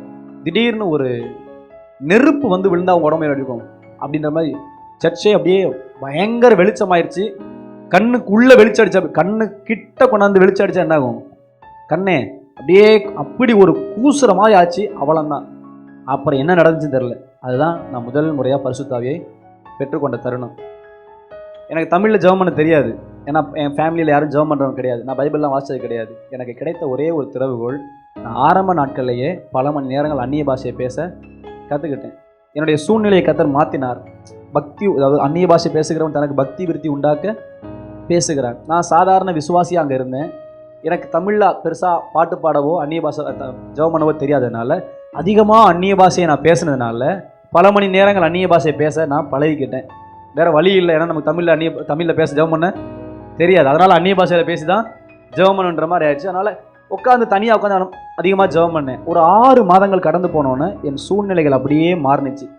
ஞானஸ்தானம் எடுத்ததுக்கப்புறம் நான் ஒரு ஊழியத்துக்கு உள்ளே போக வேண்டிய சூழ்நிலை. பைபிள் காலேஜுக்கு போனேன். அங்கே எனக்கு ஒன்றும் தெரியாது. அங்கேயும் பல மணி நேரங்கள், கிட்டத்தட்ட நான் 3 மணி வரைக்கும், காலையில் நைட்டு 9 மணிக்கு போய் முட்டி போட்டேன்னா காலையில் அதிகாலை 3 மணி வரைக்கும் முட்டியிலே நின்று அந்நிய பாஷையில் கத்திக்கிட்டே இருப்பேன். கடைசியில் என் தொந்தரவு தாங்க முடியாமல் எங்கள் காலேஜ் டீன் வந்து சொன்னார், இதுக்கப்புறம் 9 மணிக்கு மேலே எவனும் ஜெபம் பண்ணக்கூடாது, எங்களால் தூங்கவே முடியலை, கத்திக்கிட்டே இருக்கீங்களான்ட்டு. நான் ஒரு ஆள் ஜெபம் பண்ணேன், என் கூட சேர்ந்து 2 பேர் 3 பேர் 4 பேர் சரி கிட்டத்தட்ட பல பேர் போய் நைட்டில் உட்காந்துட்டு அந்நிய பாஷை பேசிக்கிட்டே இருப்போம். நான் ஒரு ஆள் கத்தினா பரவாயில்ல, 40 பேர் சேர்ந்து கத்தினா என்ன ஆகும்? நாங்கள் உள்ள கேம்பஸில் கத்துறது ரோட்டில் போகிறவனுக்கு கேட்குமா, என்னமோ உள்ள சண்டை நடக்குதுடான்ட்டு. அந்த அளவுக்கு பெரிய பிரச்சனையே ஆக்கிட்டாங்க. அதனுடைய விளைவு என்னன்னா, என் கூட படித்தவங்க ஊழியம் பண்ணாங்களோ இல்லையோ, இன்னைக்கு நான் ஒரு ஊழியத்தையும் ஒரு சபையை நடத்துவனா மாறினேன். ஏன்? அந்நிய பாஷை பேசுகிறவன் தனக்கு பக்தி விருத்தி உண்டாக்க பேசுகிறான். அதாவது பக்தி விருத்தினா எக்ஸ்பேண்ட் அப்படின்னா இந்த கொஞ்சம் கொஞ்சம் கொஞ்சம் கொஞ்சம் கொஞ்சம் அப்படி உங்கள் ஆவிக்குரிய வாழ்க்கை, உங்கள் ஆவிக்குரிய தரம், உங்கள் ஆவிக்குரிய நிலை உயர்ந்துக்கிட்டே போகும். இது வெறும் உங்கள் ஆவிக்குரிய நிலை மட்டும் கிடையாது, உங்கள் பொருளாதாரம் அப்படியே விரிவடையும், உங்கள் உடம்புல இருக்கிற ஆரோக்கியம் விரிவடையும், உங்களுக்கு தேவையான நன்மைகள் விரிவடையும், குடும்பத்துக்கு தேவையான சமாதானம் விரிவடையும். இதை செய்யுங்கன்றேன். இதனால தான் தேவன் எல்லா நன்மைகளையும் ஒரே ஒரு பேக்கேஜாக கொடுத்துருப்பாருன்னா அதுக்கு பேர் என்னது? அந்நிய பாஷை. ரோமர் 8:26 உங்கள் பலவீனங்களில் உங்களுக்கு உதவி செய்கிறார். when you weak, எப்போ நீங்கள் வீக் ஆகிறீங்களோ அப்போ உங்களை ஜென்ரேட் பண்ணுற ஸ்ட்ரென்த், எனர்ஜி உங்களுக்குள்ள இருந்து பெருகுகிறது. அதுதான் அந்நிய பாஷை. அல்லேலூயா. பழைய ஏற்பாட்டு காலத்தில் அபிஷேகம் என்பது தலைமையில ஊத்தப்பட்ட எண்ணெய். என் கூட சேர்ந்து வாசிங்க. 1 சாமுவேல் புத்தகம் 16ஆம் அதிகாரம் 13வது வசனத்தை வாசிப்போமா? போதும். அந்நாள் முதற்கொண்டு கர்த்தருடைய ஆவியானவர் மேல் தங்கி இருக்கிறார், இறங்கி இருக்கிறார். புரிஞ்ச ஒரு ஆமீன் சொல்லுங்க. எப்ப தைல கொம்பை எடுத்து அவன் தலை மேல ஊத்துனாங்களோ அப்ப அவன் மேல பரிசுத்த ஆவியானவர் தங்கியிருந்தார். பரிசுத்த ஆவியானவர் தாவீதின் மேல் தங்கியிருந்த பொழுது அதே நேரம் இன்னொரு மனிதன் மேல் தங்கியிருந்த பரிசுத்த ஆவியானவர் அவனை விட்டு விலகிட்டார். புரிந்தவங்க ஆமென் சொல்லுங்க. இந்த வசனத்துல ரெண்டு சம்பவங்கள் நம்ம கத்துக்க வேண்டிய பாடம் இருக்குது. ஒன்னு, பரிசுத்த ஆவியில ஒரு மனுஷன் நிரப்பப்பட்டா அவன் தரம் உயர்ந்து விடும். இரண்டாவது, ஒரு மனுஷன் பரிசுத்த ஆவியை இழந்து விட்டால் அவன் தரம் அழிந்து விடும். சொல்லுங்க, பரிசுத்த ஆவியை பெற்றுக்கொண்டால் தரம், பரிசுத்த ஆவியானவரை இழந்து விட்டால் தரம் அழிந்து விடும். ஒரு பாட்டில்ல தண்ணி இருக்குது. இப்ப அந்த பாட்டில் எம்டியா இருக்குது. இதுல எதை வேணா என்ன பண்ணலாம், ஊத்தி வைக்கலாம். அந்த மாதிரி நம்முடைய சரீரம் ஒன்னு தேவன் இல்லாட்டி பிசாசு, ரெண்டு பேர்ல யாராவது ஒரு ஆள் உள்ள வந்துருவாங்க. பரிசுத்த ஆவியானவர் உள்ள வந்தா நீங்க பலனடைவீங்க. பரிசுத்த ஆவி உள்ள இல்லைன்னா பலவீனப்படுத்துகிற ஆவி 18 வருடமாய் கூனியை கட்டி வைத்திருந்தது. பைபிள் எங்க வேணா படிங்க. ஊமையும் செவிடுமான ஆவி வந்த பொழுது அவன் காதும் கேட்கலாம், வாயும் பேசல. வலிப்பு வியாதி, சந்தர ரோக வியாதி, நெருப்பை கண்டா உள்ள போய் தற்கொலை பண்ணணுன்ற தற்கொலை எண்ணம், இதெல்லாம் யாரு கொண்டு வந்தது? பிசாசு. நிர்வாணமா சுத்தணும், பிசாசு. பரிசுத்த ஆவி உள்ள வந்தா வாழ்க்கை தரம் மாறும். அந்நாள் முதற்கொண்டு கர்த்தருடைய ஆவியானவர் மேல் தங்கி இருந்தார். அதுக்கப்புறம் பாத்தீங்கன்னா கோலியாத்தை கொன்னா ராஜாவா மாறிட்டான். ஆடு மேய்ச்சவன் இந்த அபிஷேகத்துக்கு அப்புறம் ராஜாவா மாறிட்டான். புரிந்தவங்க ஆமென் சொல்லுங்க. அபிஷேகம் வந்துச்சு, உடனே இப்ப என்னவாயிட்டான்? 4 பேர் மத்தியில அந்த வீட்டுல நடந்த அபிஷேகத்தை யாரும் ஏத்துக்க முடியல. என்ன இவனை போய் நீங்க ராஜா வாக்கிறீங்க, அவன் பெரிய ஆளா? பெருசா யாருமே ஏத்துக்கல. புரிந்தவங்க ஆமென் சொல்லுங்க. நான் கொஞ்சம் இந்த விஷயத்தை நான் ரொம்ப ஆழமா கூட நான் பேச விரும்புகிறேன். என் கூட திருப்புங்களேன். 1 சாமுவேல் புத்தகம் 16ஆம் அதிகாரத்துல சில நேரங்கள்ல உங்க அபிஷேகத்தை மற்றவங்க மதிக்க மாட்டாங்க. உங்க மேல இருக்க அபிஷேகத்தை மற்றவங்க கேர் பண்ண மாட்டாங்க. உங்க பழைய வாழ்க்கை, நீங்க பட்ட அசிங்கம், உங்கள்ட்ட இருந்த சில வீக்னஸ், அதையே வச்சு அப்படிதான் பார்த்துட்டு இருப்பாங்க.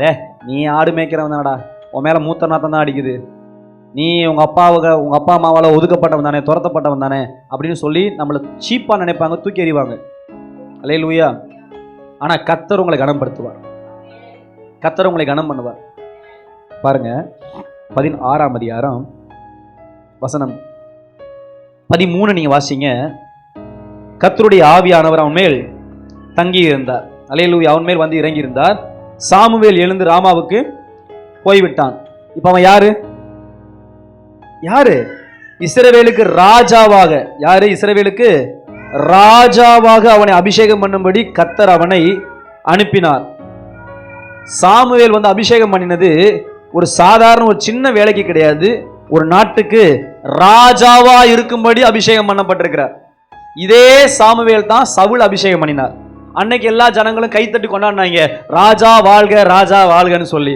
ஆனா இந்த இடத்துல தாவீதை வந்து சாமுவேல் அபிஷேகம் பண்ணும் போது ராஜான்னு ஒருத்தன் கூட சொல்லல, ராஜான்னு ஒருத்தன் கூட அங்கீகரிக்கல.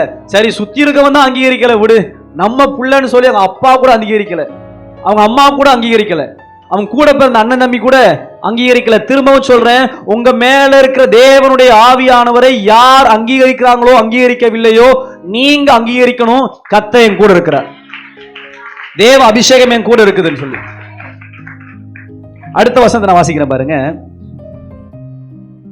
17ஆம் அதிகாரத்துல கோலியாத்தினுடைய சண்டை நடக்குது, பெரிய யுத்தம் நடக்குது. எல்லா ஜனங்களும் 7 பள்ளத்தாக்குல நிரம்பி இருக்கிறாங்க. அல்லேலூயா. அப்பொழுது அவனுடைய தகப்பன் யாரு? தாவீதினுடைய தகப்பன் போயிட்டு அவன் கையில என்னென்ன கொடுத்து விடுறான் பாருங்க. 17ஆம் வசனத்தை வாசிக்கலாமா?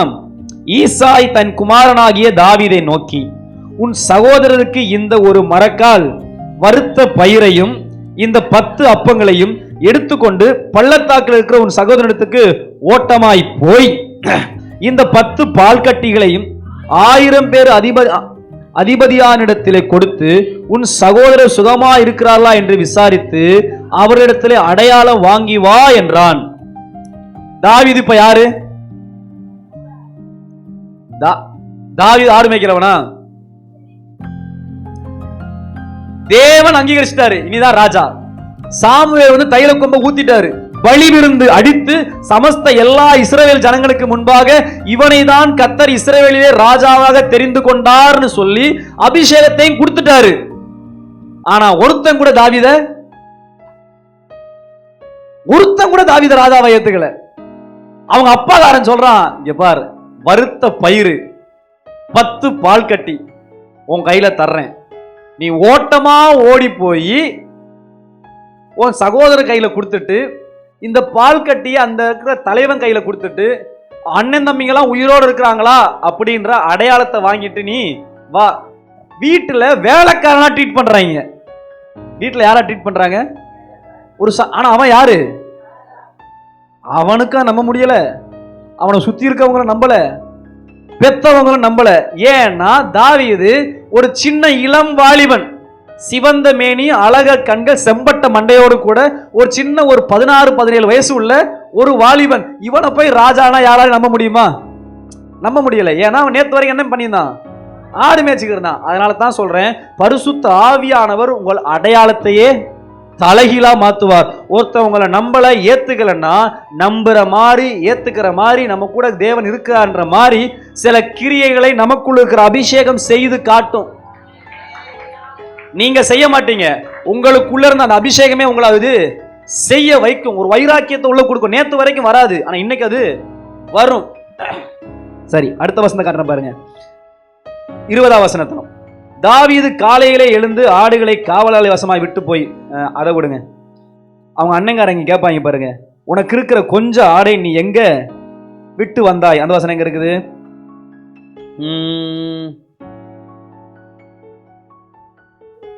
28 வாசிங்க.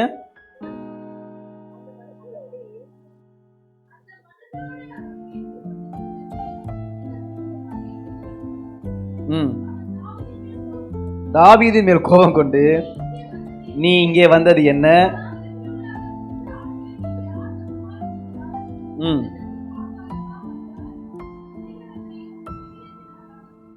நான் அறிவேன் என்றான். இப்ப அவங்க அண்ணங்காரங்க தம்பி என்ன சொல்றாங்க? உன் வேலை ஆடு மேய்க்கிற வேலை தான், ஆடு மேய்க்கிறதோட நின்னுக்கணும். சரி, இங்க வந்துட்டியா, வந்தியா, வேடிக்கை மட்டும்தான் பார்க்கணும். பெரிய ஆள் மாதிரி எந்த ஒரு பேச்சையும் நீ பேசக்கூடாது. நீ என்ன பெரிய ராஜாவா? நேத்து உன் மேல தலையில எண்ணெயை ஊத்திட்டு நீ தான் ராஜான்னு சொல்லிட்டா உடனே உனக்கு கொம்பு முளைச்சிருச்சா அப்படின்லாம் சுத்தி இருக்கவங்க எல்லாம் கேட்கறாங்க, சகோதரர் கேட்கறாங்க, பெத்தவங்க கேட்கறாங்க. இவங்க யாருமே இவனை ராஜாவா அங்கீகரிக்கவே இல்லை. ஆனா கர்த்தர் இவனை ராஜாவாய் அங்கீகரித்தால் அவன் தான் ராஜா. அல்லேலூயா, அல்லேலூயா. இப்ப 16ஆம் அதிகாரத்துக்கு வாங்க, நேரம் இல்லை. 14ஆம் வசனம் வாசிக்கலாம். கர்த்தருடைய ஆவி சவுலை விட்டு நீங்கினார், கர்த்தரால் விடப்பட்ட ஒரு பொல்லாத ஆவி அவனை கலங்க பண்ணி கொண்டிருந்தது. அதனால தான் சொன்னேன், பரிசுத்த ஆவியான வந்துட்டா நீங்க நாளுக்கு நாள் படிக்கட்டில் ஏறி மேலே போறது போல உங்களுக்கே தெரியாம உங்க லைஃப் அப்படியே மேலே வந்துகிட்டே இருக்கும். ஆனா பரிசுத்த ஆவியானவரை மட்டும் நீங்க இழந்துட்டீங்கன்னா தேவனால் விடப்பட்ட ஒரு பொல்லாத ஆவி உள்ள வந்து உங்களுக்குள்ள தங்கிரும். அது உள்ள வந்துருச்சோ குடும்பத்துக்குள்ள கலக்கம் தான், வேதனை தான், சண்டை தான், போராட்டம் தான், இழப்புகள் தான், அவமானம் தான், நஷ்டம் தான், துன்பம் தான், தோல்வி தான் வருமே தவிர எந்த வெற்றியுமே வராது. எப்பொழுது கர்த்தருடைய ஆவியானவர் சவுலை விட்டு விலகினாரோ அன்றையிலிருந்து சவுலுக்குள்ள கோபம், கசப்பு, வெறுப்பு, கொலை பண்ணணுன்ற எண்ணம், தாம் பெத்த மக அவன் புருஷனையே கொலை பண்ணணுன்ற அளவுக்கு. மீகால் என்ற தாவீதினுடைய மனைவி யார்? சவுலுடைய பெண். என் பொண்ணு விதவையானாலும் பரவாயில்ல, நீ சாகணும், அந்த அளவுக்கு அவனுடைய இருதயத்தை பிசாசு நிரப்பிருச்சு. குடும்பத்துக்குள்ள கலப்பம், சண்டை, பிரச்சனை, வேதனை, பிரிவு உள்ள கொண்டு வந்துருச்சு. அல்லேலூயா. எனக்கு உங்களுக்குள்ள நிறைய கலக்கம், குடும்பத்துக்குள்ள நிறைய சண்டை, பிரிவினை, நிம்மதியே இல்லைன்னா ஒரே ஒரு ஆயுதம், மறுபடியும் தீ கொளுத்தி உங்கள் ஆவிக்குரிய வாழ்க்கையை பிரகாசிக்க பண்ணுங்க. கர்த்தருடைய ஆவியானவர் உங்களுக்குள்ள இருந்தா எந்த இருளையும் நீங்க ஜெபம் பண்ணுவீங்க, எந்த காரியத்தை நீங்க விடுதலையாகி வெற்றி மகுடம் சூடுவீங்க. எத்தனை பேர் ஆண்டவர் பேசுகிறார்? அல்லேலூயா. சாதாரணமா விட்டுறக்கூடாது. தாவீதினுடைய அரச பதவி அவன் பெற்ற அபிஷேகத்தால் தான் கிடைத்தது. கோலியாத்த ஒரு கல்லால் அடிச்சு கொல்ல முடியும்ட்டு தாவீதுக்கு நம்ப முடியுமா? அவனால் நம்பவே முடியாது. ஏன் அப்படின்னா அவனுக்கு தெரியும் ஒரு கல்லோட பவர் எவ்வளோ. ஒரு கல்லோட பவர் எவ்வளோ. ஒரு சும்மா ஒரு கவன் கல்லை வச்சு சுத்தி அடிச்சா அவன் மேல காயம்தான் படும். தாவீது கல்லை விட்டு அடிச்சது கோலியாத்த கொல்றதுக்கு கிடையாது, கோலியாத்த காயப்படுத்துறதுக்கு. அல்லேலூயா. ஏன்னா அவனுக்கு கவன் வச்சு சுத்தி அடிச்சா மாங்கா விழும். நாயோ நரியோ உள்ள வந்தா அடிச்சா வலியை பட்டுட்டு அந்த இடத்த விட்டு ஓடி போகும். உங்கள யாராச்சும் ஒரு ஆளு ஒரே ஒரு கல்லை வச்சு அடிச்சு ஒரு நாயை கொன்றுங்க பார்க்கலாம், கொல்ல முடியுமா? சாதாரண குருவியே அடிச்சா கூட கீழே விழுந்து துடிச்சுக்கிட்டு இருக்கும், அது சாகாது. ஏன்னா ஒரு கல்லுக்கு அவ்வளவுதான் பவர். சின்ன ஒரு கல்லு உண்டிகோலை வச்சு சுத்தி அடிச்சான். அவன் நினைச்சது கோலியாத்த கர்த்தர் என் கையில ஒப்பு கொடுப்பார். ஆனா எப்படி ஒப்பு கொடுப்பார் கேட்டா தெரியாது. வா பார்த்துடலாம், சிங்கத்தை வாயை கிழிச்ச மாதிரி நான் உன் வாயை கிழிக்காம விட மாட்டேன், கர்த்தர் என் கூட இருக்கிறாரு. அப்படிதான் அவன் நினைச்சானே தவிர இப்ப நான் எடுத்து அடிக்க போற கல்லுல இவன் சாவான்னு சொல்லி நம்பிக்கை அவனுக்கு கிடையாது. உண்மைதானே? அவனுக்கு தெரியும் கல்லோட பவர் என்னன்னு சொல்லி. ஆனா இந்த கல்லை எடுத்து அவன் சுத்தி அடிச்சான் பாத்தீங்களா, அது வரைக்கும் இயற்கையா போயிட்டு ஒரு மரத்திலேயோ, இயற்கையா போயிட்டு ஒரு காயிலையோ, இயற்கையா போயிட்டு ஒரு மிருகத்திலேயோ பறவையிலையோ பட்டா அது என்ன நடக்குமோ அதுதான் பட்டுக்கிட்டு இருந்துச்சு. ஆனா இன்னைக்கு இவன் கல்லுல இருந்து போகும்போது இயற்கைக்கு அப்பாற்பட்ட ஒரு வல்லமை நிரம்பி அந்த கல்லுக்குள்ள போகுது. அந்த இயற்கைக்கு அப்பாற்பட்ட வல்லமை தான் கோலியாத்தினுடைய நெத்திய ஓட்டையாக்கி அவனை நிலைக்குலைய பண்ணி அங்கவே செத்து முகம் குப்புற விழ வச்சுச்சு, பின்னாடி விழ வச்சுச்சு. ஏன் அப்படின்னா நேத்து வரைக்கும் நீங்க செஞ்சது உங்க கையால, இப்ப நீங்க செய்யறது தேவனுடைய பலத்தால. தேவ பலத்துல நிரம்பிய ஒரு வியாபாரம் பண்ணீங்கன்னா அது இயற்கைக்கு அப்பாற்பட்ட விதத்துல பெருகும். தேவ பலத்துல நிரம்பி நீங்க ஒரு காரியத்தை ஆரம்பிச்சா அது இயற்கைக்கு அப்பாற்பட்ட விதத்துல வாசலை திறந்து கொடுக்கும். அல்லேலூயா. அதனால தான் தாவீது சொல்றார், வெங்கல வில்லும் என் கையால் முறியும்படி என் விரல்களை போருக்கும் என் கைகளை யுத்தத்துக்கும் பழக்க வைக்கிறார். கல்லு வந்து பட்ட வேகத்துல அப்படியே ஒரு அடி, நில குழஞ்சி மயங்கி முகம் கோப்புற பொத்துன்னு கீழே விழுந்துட்டான். காரணம் என்ன? இதுவரைக்கும் ஒரு அவன் என்ன சொல்றான், டேய் அவன் கேட்கிறான், நான் என்ன நாயா? ஒரு நாயை அடிக்கிற மாதிரி குச்சியோடையும் கல்லோட வர்றியே, உனக்கு அறிவில்ல? என் கையில் இருக்கிறது குச்சி தான், என் கையில் இருக்கிறது கல்லு தான். ஆனா நான் வர்றது இஸ்ரவேலின் கர்த்தருடைய நாமத்துல. அதுதான் ஜெயிக்க வச்சுச்சே தவிர கல்லு கிடையாது, குச்சி கிடையாது. அவன் தேவனை அறிந்திருந்த அறிவின் தேவ வல்லமை அவன் மேல் தங்கியிருந்த பரிசுத்த ஆவியானவர். அதனால தான் தாவீது எழுதுகிறார், அபிஷேகம் பண்ணப்பட்டவனோடு கூட கர்த்தருடைய கை உறுதியாயிருக்கும். நீங்க அபிஷேகம் பண்ணப்பட்டா உங்க மேல யார் இருப்பா? கர்த்தருடைய ஆவியானவர் இருப்பார். அதனால நீங்க எல்லாம் என்ன பண்ணணும்? எல்லாருக்கும் தான் சொல்றேன், குடும்பத்தை நினைச்சு ஒரே சண்டை குழப்பம், எப்ப பார்த்தாலும் ஜெபம் பண்ணவே முடியல, பாட்டு பாடவே முடியல, நினைச்சாலே கஷ்டமா இருக்குது, கவலையா இருக்குது. ரெண்டே விதம், பரிசுத்த ஆவியானவர் இழந்தா வீட்டுக்குள்ள கலக்கம் வந்துடும், பரிசுத்த ஆவியான உள்ள வந்தா உலகத்தை கலக்கிறீங்க. என்ன செய்ய போறீங்க? இப்படியே வாழ போறீங்களா ராயல் சிஸ்டர்? இல்ல ஜெயிக்க போறீங்களா? சொல்லுங்க. இப்படியே வாழ போறீங்களா? எப்ப பார்த்தாலும் வீட்டுல 4 துணி இருக்கும், சீரி சீரி தொடச்சுக்கிட்டு வாழ போறீங்களா? இல்ல எழுந்து ஜெயிக்க போறீங்களா? கர்த்தருடைய ஆவியானவர் அவன் மேல் வந்து தங்கி இருந்தார். ரொம்ப பவர்ஃபுல்லான வேர்டு. தலையெழுத்தே மாறிடுச்சு.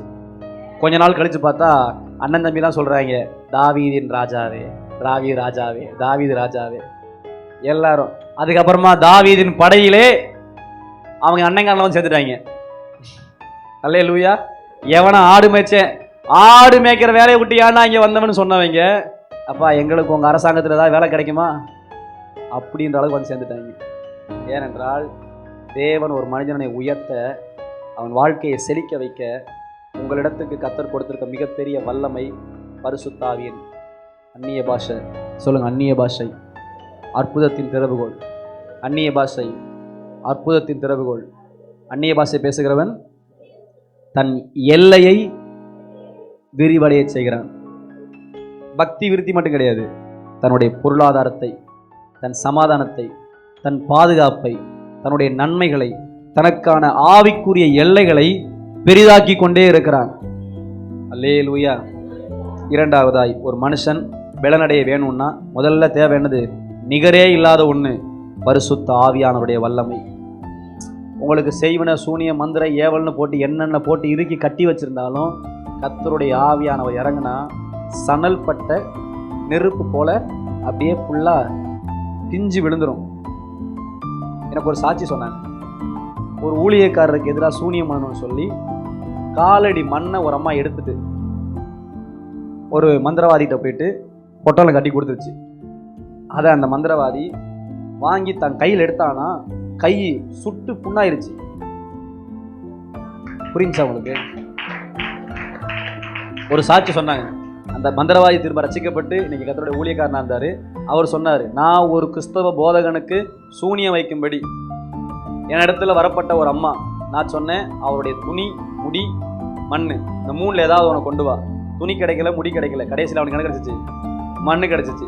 நடந்து போனாரு. அதுக்கப்புறமா கையில மண் எடுத்து முடிச்சுக்கிட்டு போயிட்டு அந்த அம்மா அந்த ஆள் கையில கொடுத்தாரு. அந்த ஆள் கையில வாங்கி கொட்டினா கை ஓட்டையாயிருச்சு. ஏனென்றால் அது நெருப்பா இருந்துச்சான். பரிசுத்த ஆவி மேல தங்கி இருந்தா நம்மளை சூழ நம்மள இருக்க எல்லாவற்றையும் கர்த்தருடைய மகிமை நிரம்பி இருக்கும். நல்ல கையை தட்டி ஒரு நிமிஷம். ஷாபாலா ராதாலா துராபாலா தீபாலா ராஹாத்தி அர்த்த ரேகேனே. நல்ல நேரம். ஒருவேளை உங்களுக்கு அந்நிய பாஷையெல்லாம் வர மாட்டேங்குதுன்னா இப்படிப்பட்ட நேரத்துல தான் அந்நிய பாஷைக்காக கேட்கணும். 4 விறகு ஒன்னா சேர்ந்து எரியும் போது ஈர விறகும் தானா எரியும், மண்ணும் எரியும், மரமும் எரியும். லாபா ராகா தலாபா. கர்த்தருடைய அக்கினி எரியட்டும்.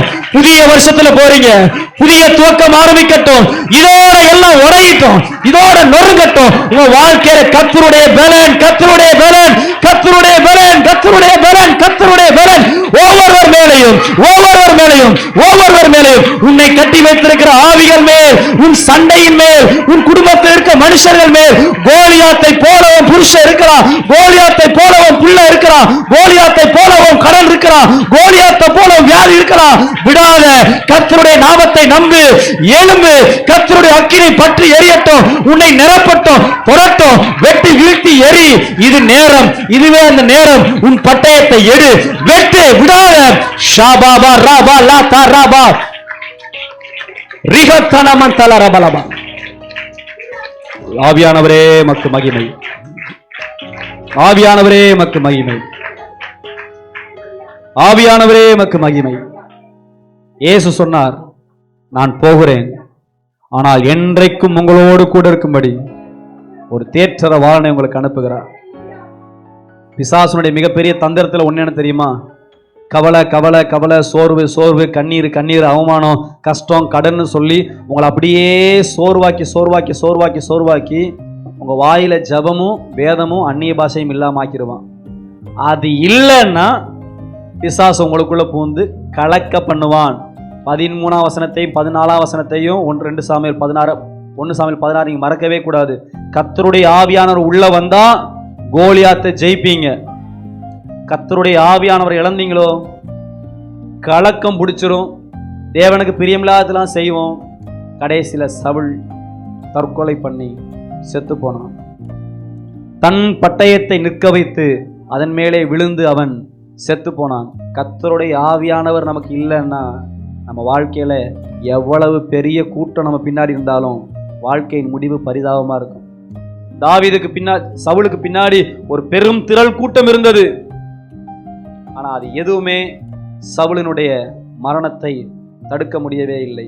10ஆம் அதிகாரம் 10 யோவான்ல சொல்லுகிறார், பிசாசு கொல்லவும் அழிக்கவும் வருகிறானே அன்றி வேற ஒன்றுக்கு வரான். பிசாசுக்கு இடம் கொடுத்தீங்களோ அழிவு, வேதனை, இழப்பு தான் வரும். மாறாக பரிசுத்த ஆவியானவருக்கு இடம் கொடுத்தீர்கள் என்றால் உங்கள் மேல இருக்கிற சகல நுகங்களும் முறியும். கர்த்தருடைய ஆவியானவர் எங்கே உண்டோ அங்கே விடுதலை. கர்த்தருடைய ஆவியானவர் வந்தா நுகங்களை முறியும். அபிஷேகம் நுகங்களை முறிக்கும். வீட்டுல போய் வாசிங்க. நியாயாதிபதிகள் புத்தகம் 14:5-6 சிம்சோன் சிங்கத்தை கிழிச்சி எறிஞ்சான். உங்களுக்கு முன்னாடி இருக்கிற எவ்வளவு பெரிய மனுஷனா சூழ்நிலை இருந்தாலும் அதை கர்த்தர் உடைத்து போடுவார். இரண்டாவதாக, ஒரு மனிதனுடைய ஆவிக்குரிய வாழ்க்கைக்கு மிக முக்கியமான பலன் அது எங்கிருந்து வருது அப்படின்னா ஆராதனை. என்னது? வர்ஷிப். தேவனை துதிக்கிறது ஒரு பலன். நீங்க பரலோகத்தில் இந்த பூமியில சுவிசேஷம் சொல்றீங்க, செய்திகளை கேட்குறீங்க, காணிக்க கொடுக்குறீங்க, தசம பாகம் பண்றீங்க, எல்லாம் பண்றீங்க. ஆனா பூமியில பண்ற ஒன்றை நம்ம பரலோகத்திலையும் போய் செய்ய போறோம்னா அது ஒன்னே ஒன்று தான். பரலோகத்தில் யாருக்கும் நீங்க சுவிசேஷம் சொல்ல மாட்டீங்க, யாரும் பிரசங்கமும் பண்ண மாட்டாங்க, யாரும் பிரசங்கத்தை கேட்கவும் மாட்டாங்க, யாரும் காணிக்க தசம பாகத்தை கொடுக்கவும் மாட்டாங்க. பூமியில செய்கிற ஒன்றே ஒன்றை நீங்கள் பரலோகத்திலும் செய்வீர்கள் என்றால் அது ஒன்றே ஒன்று, ஆராதனை. ஆராதனை என்பது பூமிக்குரியது அல்ல, அது பரலோகத்துக்குரியது. அல்லேலூயா. மனுஷனை கர்த்தர் படைத்ததுக்குரிய ஒரே ஒரு நோக்கம் அவரை ஆராதிக்கும்படி. இந்த ஜனத்தை எனக்கென்று ஏற்படுத்தினேன், இவர்களின் துதியை சொல்லி வருவார்கள். நீங்கள் நாமும் படைத்ததுக்கான பிரதான நோக்கம் என்ன? ஆராதனை பண்ண. கேரூப் என்கின்ற லூசிபரை கர்த்தர் படைத்ததுக்கு காரணம் என்ன? ஆராதனை செய்வதற்காக. அவனை காப்பாற்றுகிற தூதன் என்று வைத்தான். காப்பாற்றுகிறவன் என்றால் வேற ஒன்றுமல்ல, கர்த்தருடைய திட்டத்திலே மனுஷர்களை படைக்க வேண்டும். அந்த மனிதர்கள் தேவனை அறியும் அறிவிலே வளர வேண்டும், நித்திய ஜீவனை அடைய வேண்டும், தேவனை துதிக்கும் துதியினாலே அவர்கள் நிரப்பப்பட வேண்டும். அவர்களை டீச் பண்ணுகிற டீச்சராக தான் கேரூப் என்ற லூசிபரை கர்த்தர் படைத்தார். ஆனால் அவன் அந்த பெருமையிலே கீழே விழுந்தபடியினால் இப்பொழுது கேரூப்பாக, கேரூப் என்றால் காப்பாற்றுவதற்கு உண்டாக்கப்பட்ட ரட்சகன், ரட்சகன் என்ற அர்த்தம். லூசிபருக்கு இன்னொரு பேர் என்னது? ரட்சகன், காப்பாற்றுகிறன் என்ற அர்த்தம். அவன் அதை செய்யாமல் பெருமையிலே விழுந்து பிசாசாய் ஆனபடியினால் இப்பொழுது ஆண்டவராக இயேசு கிறிஸ்து நம்மை ரட்சிக்கும் ரட்சகராக பூமிக்கு வந்தார். அல்லேலூயா. முதல்ல சொன்னேன், நீங்க ஜெபம் பண்ணுங்க, பைபிள் வாசிங்க, நல்லா பாட்டு பாடுங்க, உபவாசம் இருங்க. இதெல்லாம் பண்றதை விட ரொம்ப அதிகமா என்ன பண்ணுங்க? அந்நிய பாஷை பேசிக்கிட்டே இருங்க. அல்லேலூயா. ரொம்ப முக்கியமான ஒரு பாயிண்ட், நேரம் இல்லை, இன்னைக்கு ஒரு 5 நிமிஷம் நேரம் எடுத்தே நான் உங்களுக்கு பேச விரும்புகிறேன். ஆராதனை அப்படின்பது ஒரு ஆவிக்குரிய வாழ்க்கையினுடைய பலன். அதனால தான் எல்லா சபைகளையும் பாருங்க, செய்திக்கு எல்லாருமே இருப்பாங்க, ஆனால் பெரும்பாலும் ஆராதனைக்கு இருக்க மாட்டாங்க. என்னதான் ஊழியக்காரன் படித்து சொன்னாலும் ஆராதனைக்கு லேட்டாக வர்றதுக்குன்னே ஒரு கூட்டம் இருக்கதான் செய்வாங்க. ஒரு சகோதரர் வந்து நம்ம சபையிலிருந்து புதுசாக ஒரே ஒரு நாள் சர்ச்சுக்கு வந்திருந்தார். சபையில் நல்ல அபிஷேகம் இருக்குது, நல்ல வார்த்தைகளாக இருக்குது, ஆனால் ஜனங்களுக்குள்ள கீழ்ப்படியாமல் இருக்குது. என்ன பாச சொல்கிறீங்க? இல்லை, நான் பார்த்தேன், செய்தியெல்லாம் முடிஞ்சு செய்தி முடிய போகிற தருணத்தில் கூட சர்ச்சுக்கு வர்றாங்கன்னா அவங்களுக்கு சபைக்கு கடமைக்கு தான் வர்றாங்களே தவிர கர்த்தரை ஆராதிக்கிறதுக்கு அவங்க வரலை. ஏதோ நாமும் கோயிலுக்கு போனோம் அப்படின்ற திருப்திக்காக தான் வர்றாங்களே தவிர வரல. அவங்க ஒரு பிசாசில் பிடிக்கப்பட்டிருக்கிறாங்க அப்படின்னாங்க.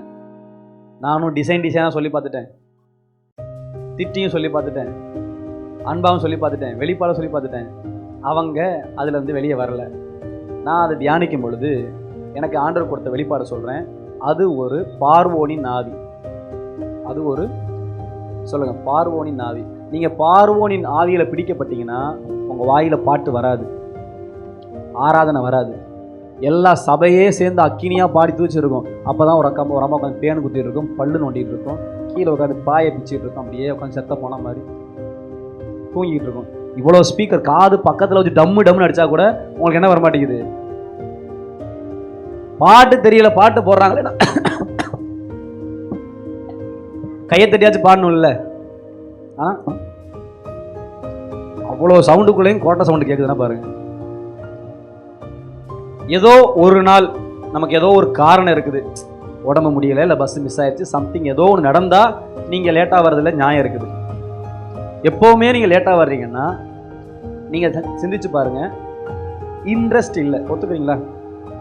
உண்மை. விருப்பம். சாதாரண பஸ் ஸ்டாண்டுக்கு போகும்போது எப்படி போகிறீங்க? ரயில்வே ஸ்டேஷன் போகும்போது எப்படி போகிறீங்க? டைமுக்கு போயிடணும், இல்லைனா பஸ் மிஸ் ஆகிரும், ட்ரெயின் மிஸ் ஆகிரும். கரெக்டாக போகிறோம் இல்லை? நம்ம ஒரு ஊருக்கு போகிறோம்னா காலையில் 5 மணிக்கு எந்திரிச்சு பேக்கை தூக்கிக்கிட்டு, மூட்டையை தூக்கிக்கிட்டு, பக்கத்தில் சோத்து மூட்டையை தூக்கிட்டு நம்மளால போக முடியுது இல்லை? ஆனால் சர்ச்சுக்கு வரும்போது நமக்கு என்ன முடியல? டைம்னு ஒன்று கிடையாது, விருப்பம் தான் டைம். உங்கள் அர்ப்பணிப்பு தான் டைம். பைபிளில் உள்ள ரகசியத்தை சொல்கிறேன். அடிமைத்தனத்தின் ஆவியில் ஒரு மனுஷன் பிடிக்கப்பட்டாங்கன்னா அவங்க அந்நிய பாஷை பேசவோ தேவனை தேடவோ மாட்டாங்க. ரெண்டாவது, ஒருத்தவங்க அடிமைத்தனத்தின் ஆவியில் சிக்கிட்டாங்கன்னா அவங்களுக்கு ஆண்டவரை பற்றி தெரியும், ஜெபம் தெரியும், பைபிள் தெரியும், எல்லாமே தெரியும். ஆனால் இன்ட்ரெஸ்ட் இருக்காது. என்ன இருக்காது? இன்ட்ரெஸ்ட். அது ரொம்ப முக்கியம். இன்ட்ரெஸ்ட் இல்லை, இன்ட்ரெஸ்ட். அல்லேலூயா. சிரகம் 5ஆம் அதிகாரம் வசனம் 1, 2.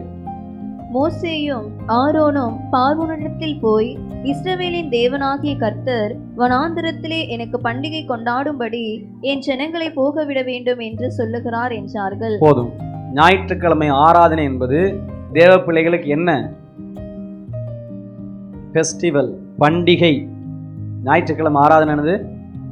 கிறிஸ்மஸ் அன்னைக்கு மட்டும் கூட்டம் ஃபுல்லாக இருக்கும். ஏன்னா அவங்களுக்கு தீபாவளி அன்னைக்கு மட்டும் பட்டாசு போடுவாங்க. அது ரம்ஜான் அன்னைக்கு பிரியாணி சாப்பிடுவாங்க. அது பேர். அந்த மாதிரி கிறிஸ்தவருக்கு பண்டிகை கொண்டாடுறாங்க. இந்த பைபிளில் நீங்கள் எப்படி தலைகளாக படித்தாலும் கிறிஸ்மஸ் கொண்டாடினதை பற்றி ஒரு வசனம் கூட இல்லை. கிறிஸ்மஸ் அப்படின்னா கொண்டாட்டம் கிடையாது. Chris plus mass, Christ plus mass. அவர்கள் தேவனை ஆராதித்தார்கள். வான சாஸ்திரிகள் வந்து மரியாளையும் பிள்ளையையும் கண்டு அவரை பட்டாசு போட்டு கொண்டாடினார்கள். கேக்கு வெட்டு தின்னார்கள். பிரியாணி புத்தாடை போட்டார் அப்படின்னு போட்டிருக்கா? இல்லை, அவரை தொழுது கொண்டார்கள் போட்டிருக்கா? வானத்திலிருந்து தேவதூதன் இறங்கி மேய்ப்பரிடத்திலே, உன்னதத்தில் தேவனுக்கு மகிமையும் பூமியிலே அவர்களுக்கு சமாதானம் உண்டாகட்டும் என்று சொல்லி ஆராதனை பண்ணினார்களா? இல்ல கொண்டாடினார்களா? கொண்டாட்டம்னு ஒன்று கிறிஸ்தவர்களுக்கு கிடையாது. பண்டிகைனாலே தேவனை ஆராதிக்கிறது தான் பண்டிகை. அல்லேலூயா. அந்த வசனம் நல்லா அண்டர்லைன் பண்ணி கொடுங்க. வனாந்தரத்திலே நீங்கள் கர்த்தர் குறித்திருக்க மலையிலே நீங்கள் போய் தேவனுக்கு பலி செலுத்தும்படி, ஆராதனை செய்யும்படி அனுப்பிவிடும்படி பார்வோனிடத்துல வர்றாங்க. ஆனால் அவங்க சொல்றாங்க, நாங்கள் போய் தேவனுக்கு பலி செலுத்துறதும் ஆராதனை செலுத்துறதும் ஒரு சாதாரண விஷயம் இல்லை, அது பண்டிகை. அது என்னதுங்க? ஓகே, வசந்த வாசிங்க, தொடர்ந்து வாசிங்க. அதற்கு பார்வோன், நான் இஸ்ரவேலை போகவிட கர்த்தரின் வார்த்தை கேட்கிறதற்கு அவர் யார்? நான் கர்த்தரை அறியேன், நான் இஸ்ரவேலை போக விடுவதில்லை என்றான். அப்பொழுது அவர்கள், எபிரெயருடைய தேவன் எங்களை சந்தித்தார். நாங்கள் வனாந்திரத்தில் 3 நாள் பிரயாணம் போய் எங்கள் தேவனாகிய கர்த்தருக்கு பலியிடும்படி போகவிட வேண்டும்.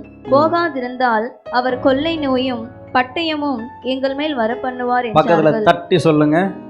போகாதிருந்தால், ஆராதனை செய்யாதிருந்தால், தேவனை மகிமைப்படுத்தாதிருந்தால், கொள்ளை நோயும் பட்டயத்தையும் அவர் எங்கள் மேல் வர பண்ணுவார். அதனாலேயே உருப்படியாக போய் ஞாயிற்றுக்கிழமை தேவனுடைய ஆராதிக்கணும். காமெடியா இருந்தாலும் உள்ள சீரியஸ் புரியுதா உங்களுக்கு? சர்ச்சுக்கு வர்ற தேவ பிள்ளைகளுக்கு பலவிதமான இழப்பு, நோய், பிரச்சனை, சண்டை. காரணம் என்ன? ஒரு பார்வோனின் ஆவி உங்களை பிடிச்சு நிற்குது. நீங்க தேவனை ஆராதனை பண்ண, தேவன் என்று அறிந்தும் தேவனை மகிமைப்படுத்தாமலும் அவரை ஸ்தோத்தரியாமலும் இருந்தால் கார் இருள் நம்மளை பிடிச்சிடும். இழிவான இச்சைகளுக்கு தேவன் நம்மளை ஒப்பு கொடுத்தார். ரட்சிக்கப்படாதவர்களை குறித்து சொல்லப்படவில்லை. ரோமர் புத்தகம் 1ஆம் அதிகாரம் 24ஆம் வசனம் யாரை குறித்து சொல்கிறது என்றால், ரட்சிக்கப்பட்டு தேவனை அறிந்த பிள்ளைகள் தேவனை ஸ்தோத்தரியாமலும் தேவனை மகிமைப்படுத்தாமலும் இருந்தால் அவர்கள் இருதயம் இருளடைந்து விடும். இருளடைஞ்சு போச்சுன்னா கண்ணு முன்னு தெரியாம வாழ்க்கை கெட்டு போயிடும்ன்றாரு. ஞாயிற்றுக்கிழமை செய்தி கேட்குறீங்க, அது ரொம்ப முக்கியம், அது வேணும். ஆனா இன்னொரு பக்கம் நீங்க சர்ச்சுக்கு வர்றது ஏன் பிரசங்கத்தை கேட்க மட்டும் இல்லை, தேவனை ஆராதிக்க வர்றீங்க. முதல்ல ஏன் எல்லா சபைகளையும் தேவனை ஆராதிக்கிறாங்க? லாஸ்டாக தானே செய்தி கொடுக்குறாங்க. ஏன்? செய்தியை விட மிக முக்கியமானது கர்த்தரை ஆராதிக்கிற ஆராதனை. நான் உங்கள்கிட்ட பேசுறத விட ஆராதனையிலேயே கர்த்தர் தேவையானதெல்லாம் பேசி உங்களை பலப்படுத்திடுவார். நுகங்கள் கட்டுகள் உடைகிறதெல்லாம் ஆராதனையில் தான் உடையும். அதனால ஆராதனையில் நீங்கள் எந்த காம்ப்ரமைஸும் பண்ணக்கூடாது. இங்கே பைபிள் ரொம்ப தெளிவாக இருக்குது. நாங்கள் 3 நாள் பயணம் போய், ஒருவேளை இன்னைக்கு சர்ச்சுக்கு இங்கே இதுதான் உங்கள் சர்ச்சு, இதுதான் கர்த்தர் உங்களை அழைத்திருக்கிறார், இதுதான் உங்களுடைய இடம், இந்த சபை தான் உங்களுக்கு சபை, கர்த்தர் இந்த ஊழியக்காரன் மூலமாக தான் உங்களை வச்சிருக்கிறார், இந்த ஊழியக்காரனை தான் கர்த்தர் தெரிஞ்சிருக்கிறார்னா, நீங்கள் 3 நாள் பயணம், 3 நாள் கரெக்டாக நீங்கள் பயணிக்கணும்னா, சூரத், டெல்லி பக்கத்தில் இருக்கிற சூரத்திலிருந்து ட்ரெயின் ஏறினீங்கன்னா 3 நாள் பயணம், நீங்கள் சென்னைக்கு வரலாம். அல்லேலூயா. அப்போ ஞாயிற்றுக்கிழமை ஆராதனை இங்கே பண்ணுதுன்னா நீங்கள் எங்கேருந்து வரணும்? 3 நாள் பயணம் பண்ணியாவது வந்து நீங்கள் ஆராதனையை அட்டன் பண்ணணும். என்ன சொல்கிறீங்க? ரொம்ப தூரமாக இருக்குது, திருவந்துக்கு போனால் போதும். கொள்ளை நோயையும் பட்டயத்தையும் உங்கள் மேல் வர பண்ணுவார் என்று பயந்து ஆராதனைக்கு போகணும்னு மோசே ஆலோசனை சொல்கிறார். யாருக்காவது பேச கஷ்டமாக இருக்குதா? இல்லைன்னு சொல்லாதீங்க, எனக்கு ரொம்ப கஷ்டமாயிரும். நீங்கள் என்ன பண்ணணும்? மனம் திரும்பணும். அல்லேலூயா. நான் சொல்றதுக்கா புரியுதா இல்லையா? கஷ்டம்தான், தூரம்தான், சாக்கு போக்கு சொன்னா மண்டை மேல ஆபத்து, ஜெபிச்சா விடுதலை. இன்னொன்னு சொல்றேன், நீங்க சர்ச்சுக்கு கிளம்பும் போது தான் சண்டை வரும், திருவிருந்துக்கு கிளம்பும் போது தான் பிரச்சனை. சட்டிப்பானை உடையும், கெட்ட வார்த்தை வரும், கோபம் வரும், பிரச்சனை வரும். இந்த மனசோட போய் ஆராதனை பண்ணி என்னத்துக்கு, அது வீட்டிலேயே இருக்கலாம் அப்படின்ற மாதிரி மனசு உங்களுக்கு வரும். உங்களை மனமடிவாக்குறது அந்த ஆவியினுடைய தாக்குதல். யாத்திரையாம் புத்தகம் 5ஆம் அதிகாரம். இந்த பிரகாரமாக மோசே இஸ்ரவேல் புத்திரருக்கு சொன்னான். அவர்களோ மனமடிவினாலும் கொடுமையான வேலையினாலும் மோசேக்கு செவி கொடாமற் போனார்கள். என்னவா பாஸ்டர் சொல்றாரு, ஞாயிற்றுக்கிழமை சர்ச்சுக்கு வந்து தேவனை ஆராதனை பண்ணுங்கப்பா, அப்பதான் நீங்க விடுதலை ஆவீங்க, கர்த்தர் உங்க மேல பாதுகாப்பையும் ஆசீர்வாதத்தையும் கொடுக்க விரும்புகிறார். ஆனா இவங்க என்ன பண்றாங்களா, பயங்கரமான வேலை, குடும்பத்துல சண்டை, மனசுல நிம்மதி இல்லை, ஒரு பயங்கரமா உடம்பு வேற வலிக்குது, இப்ப நாங்க போய் என்ன சர்ச்சுக்கு வந்துக்கிட்டுன்னு சொல்லி செவி கொடுக்காமல் போனார்கள். அல்லேலூயா. அவங்க எப்பெல்லாம் போக நினைக்கிறாங்களோ அப்பெல்லாம் பார்வோன் அவர்களை கடினமாய் நடத்த அவர்களுக்கு கட்டளையிட்டான். அல்லேலூயா. அதனால அவங்க தேவனை தேடுவதற்கு மனசெல்லாம் போச்சு. செய்தியை முடிக்கிறேன், கதை சித்தமாக தான் அடுத்த வாரம் நானும் அப்படி தான் நினைக்கிறேன், எல்லா செய்தியும் அடுத்த வாரம் பேசலான்ட்டு. பேசவே முடியல, பேசாமலே போயிட முடியுது. அல்லேலூயா. தூங்கி எழுந்திச்சிட்டிங்களா இல்லையா? பின்னுக்கு இருக்க பாதி பேர் தூங்குற மாதிரி இருக்குது. எல்லாரும் ஈன்னு ஒரு அலையில சொல்லுங்க. ஈன்னு அலையில சொல்ல முடியாதுல்ல, வாயத்தை தான் சொல்ல முடியும். மூழ்ச்சின்னு தான் கேட்குறீங்களா? சவுண்டு மட்டும் ஆள் காணல, நீங்கள் தானா? சரி, கர்த்தர் உங்களை ஆசீர்வதிப்பாராக. கடைசியாக ஒரு விஷயம் சொல்கிறேன். நீங்கள் ஆராதனை பண்ணும்போது கர்த்தர் உங்களை மத்தியில் ஒரு விடுதலையை கொடுப்பார். ஆராதனை நீங்கள் தேவனை நெருங்கி சேர சேர உங்களுக்கு எதிராக பிரச்சனை வந்துக்கிட்டே இருக்கும். நான் வெளிப்படையாக மூடி மறைக்காமல் ஒன்று சொல்கிறேன், பொய் சொல்லாமல் சொல்கிறேன். நீங்கள் தேவனிடத்தில் நெருங்கி சேர சேர பிசாசின் தாக்குதல் அதிகமாக இருக்கும்.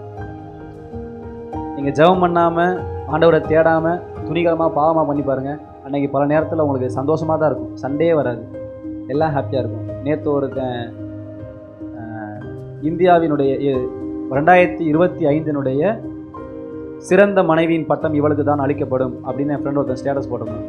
என்னென்னு கேட்டால், புருஷங்காரன் குடிக்கிறான், பொண்டாட்டிக்காரி ஊற்றி கொடுக்குறா, டான்ஸ் 2 பேரும், இவ கையில் ஒரு கப்பு, அவன் கையில் ஒரு கப்பு, 2 பேரும் ஆட்டம் ஆடுறாங்க, பயங்கரமான சினிமா பாட்டு, குடிச்சிக்கிறாங்க.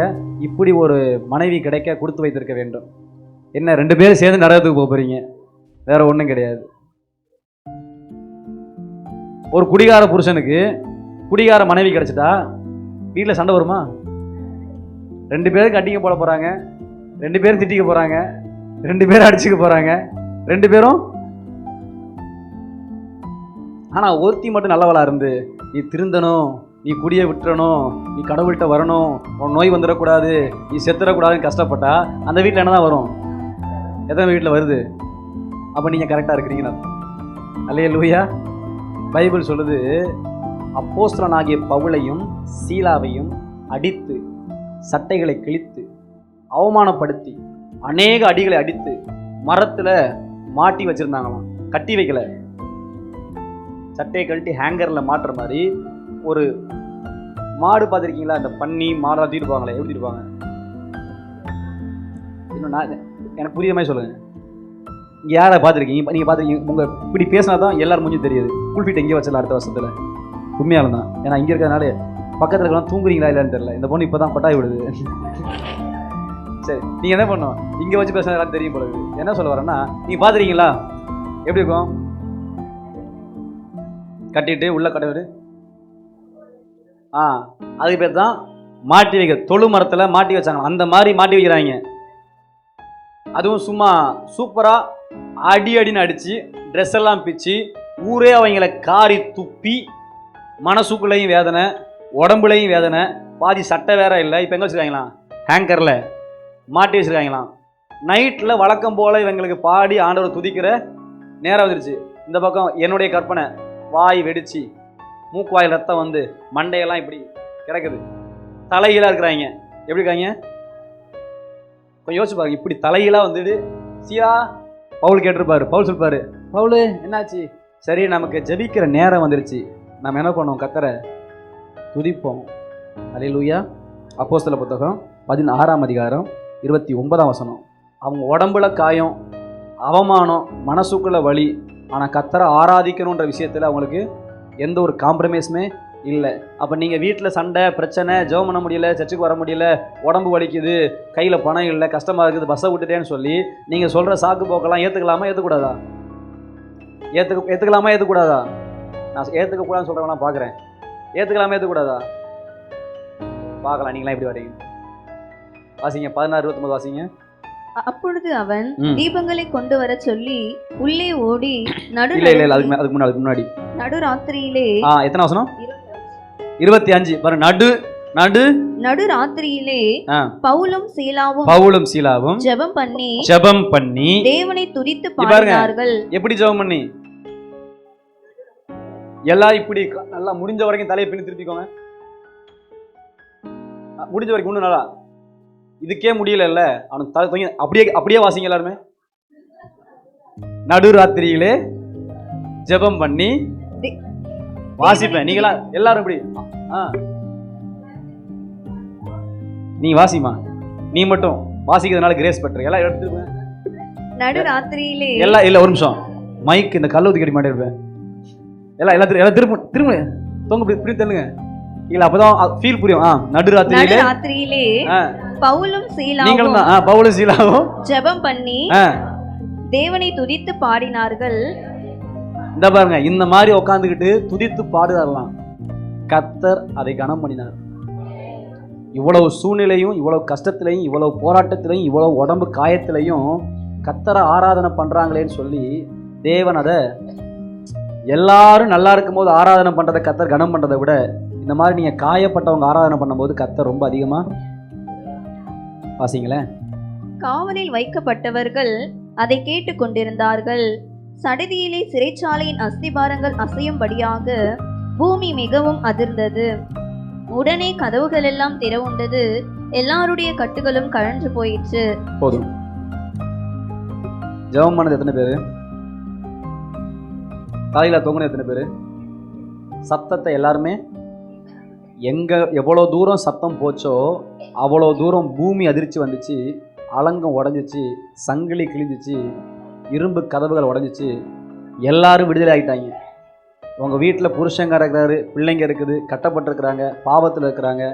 அவங்கள விடுதலை ஆக்குறதுக்கான ஒரே ஒரு திறவுகோல், நீங்கள் நைட்டு பகலும் தேவசமத்தில் உட்காந்து அவரை பாடி துதித்து ஜெபம் பண்ணிக்கிட்டே இருக்கணும், ஆராதனை பண்ணிக்கிட்டே இருக்கணும். அவர்கள் ஜெபம் பண்ணி ஆராதனை பண்ணி தொடங்கிய போது சடிதியிலே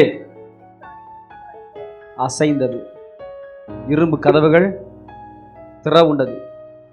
மற்ற யாருமே ஜெபம் பண்ணலை. உங்கள் வீட்டில் நீங்கள் ஒரு ரசிக்கப்பட்டிருக்கீங்களா? நீங்கள் உருப்படியாக ஜெபம் பண்ணா, நீங்கள் உருப்படியாக ஆண்டவர் தேடினீங்கன்னா தானாக குடும்பம் ரசிக்கப்படும். குடும்பத்தின் ரட்சிப்புக்கு காரணமாக இருக்கிறது என்னென்னா, நம்ம எங்கேயோ இடத்துல சில காரியத்தில் அசட்டையாக இருக்கிறோம். வச்சு ஜெபம் பண்ணுங்க, நைட்டு பகலாக உட்காந்து ஜெபம் பண்ணுங்க. நீங்கள் அந்த ஆள் கத்தி திட்டு சண்டை போடட்டும், உங்கள் சத்தம் உங்கள் காதில் கேட்கணும். பைபிள் போடுது, இவர்கள் பாடி துதித்ததை அவர்கள் கேட்டார்கள். கேட்குற மாதிரி ஊமை ஜெபம் பண்ணக்கூடாது. எனக்கு தெரிஞ்ச ஒரு பாஸ்டர் இருக்காரு, அவர் பேச நான் கண்டுபிடிச்சி வைங்க. தினமும் ஜெபம் பண்ணுவார் 4 மணிக்கு. நான் அடிக்கடி பார்த்துருக்கேன். அப்போ நானும் ஜெபம் பண்ணுவேன். ஜெபம் அப்படி பெஸ்ட் எடுத்தோன்னே ஸ்தோத்திரம் ஆண்டவரே, அப்பா ஏசப்பா ஸ்தோத்திரம். என்ன படுத்திருந்து ஜெபம் பண்ணியிருந்தார், படுத்து தூங்கியிருந்தாரு. இப்போ முட்டி போட்டு சரியா 5 மணிக்கு தட்டி இருப்பேன்னா ஆண்டவரே அப்பா ஸ்தோத்திரம் ஆண்டவரே. 1 மணி நேரம் என்ன பண்ணாருன்னா முட்டியில் உட்காந்து தூங்கியிருக்காரு தவிர படுத்து தூங்கினாரு. இப்போ இந்த மாதிரி ஊம ஜெபம் பண்ணிங்கன்னா தூங்கிடுவீங்க.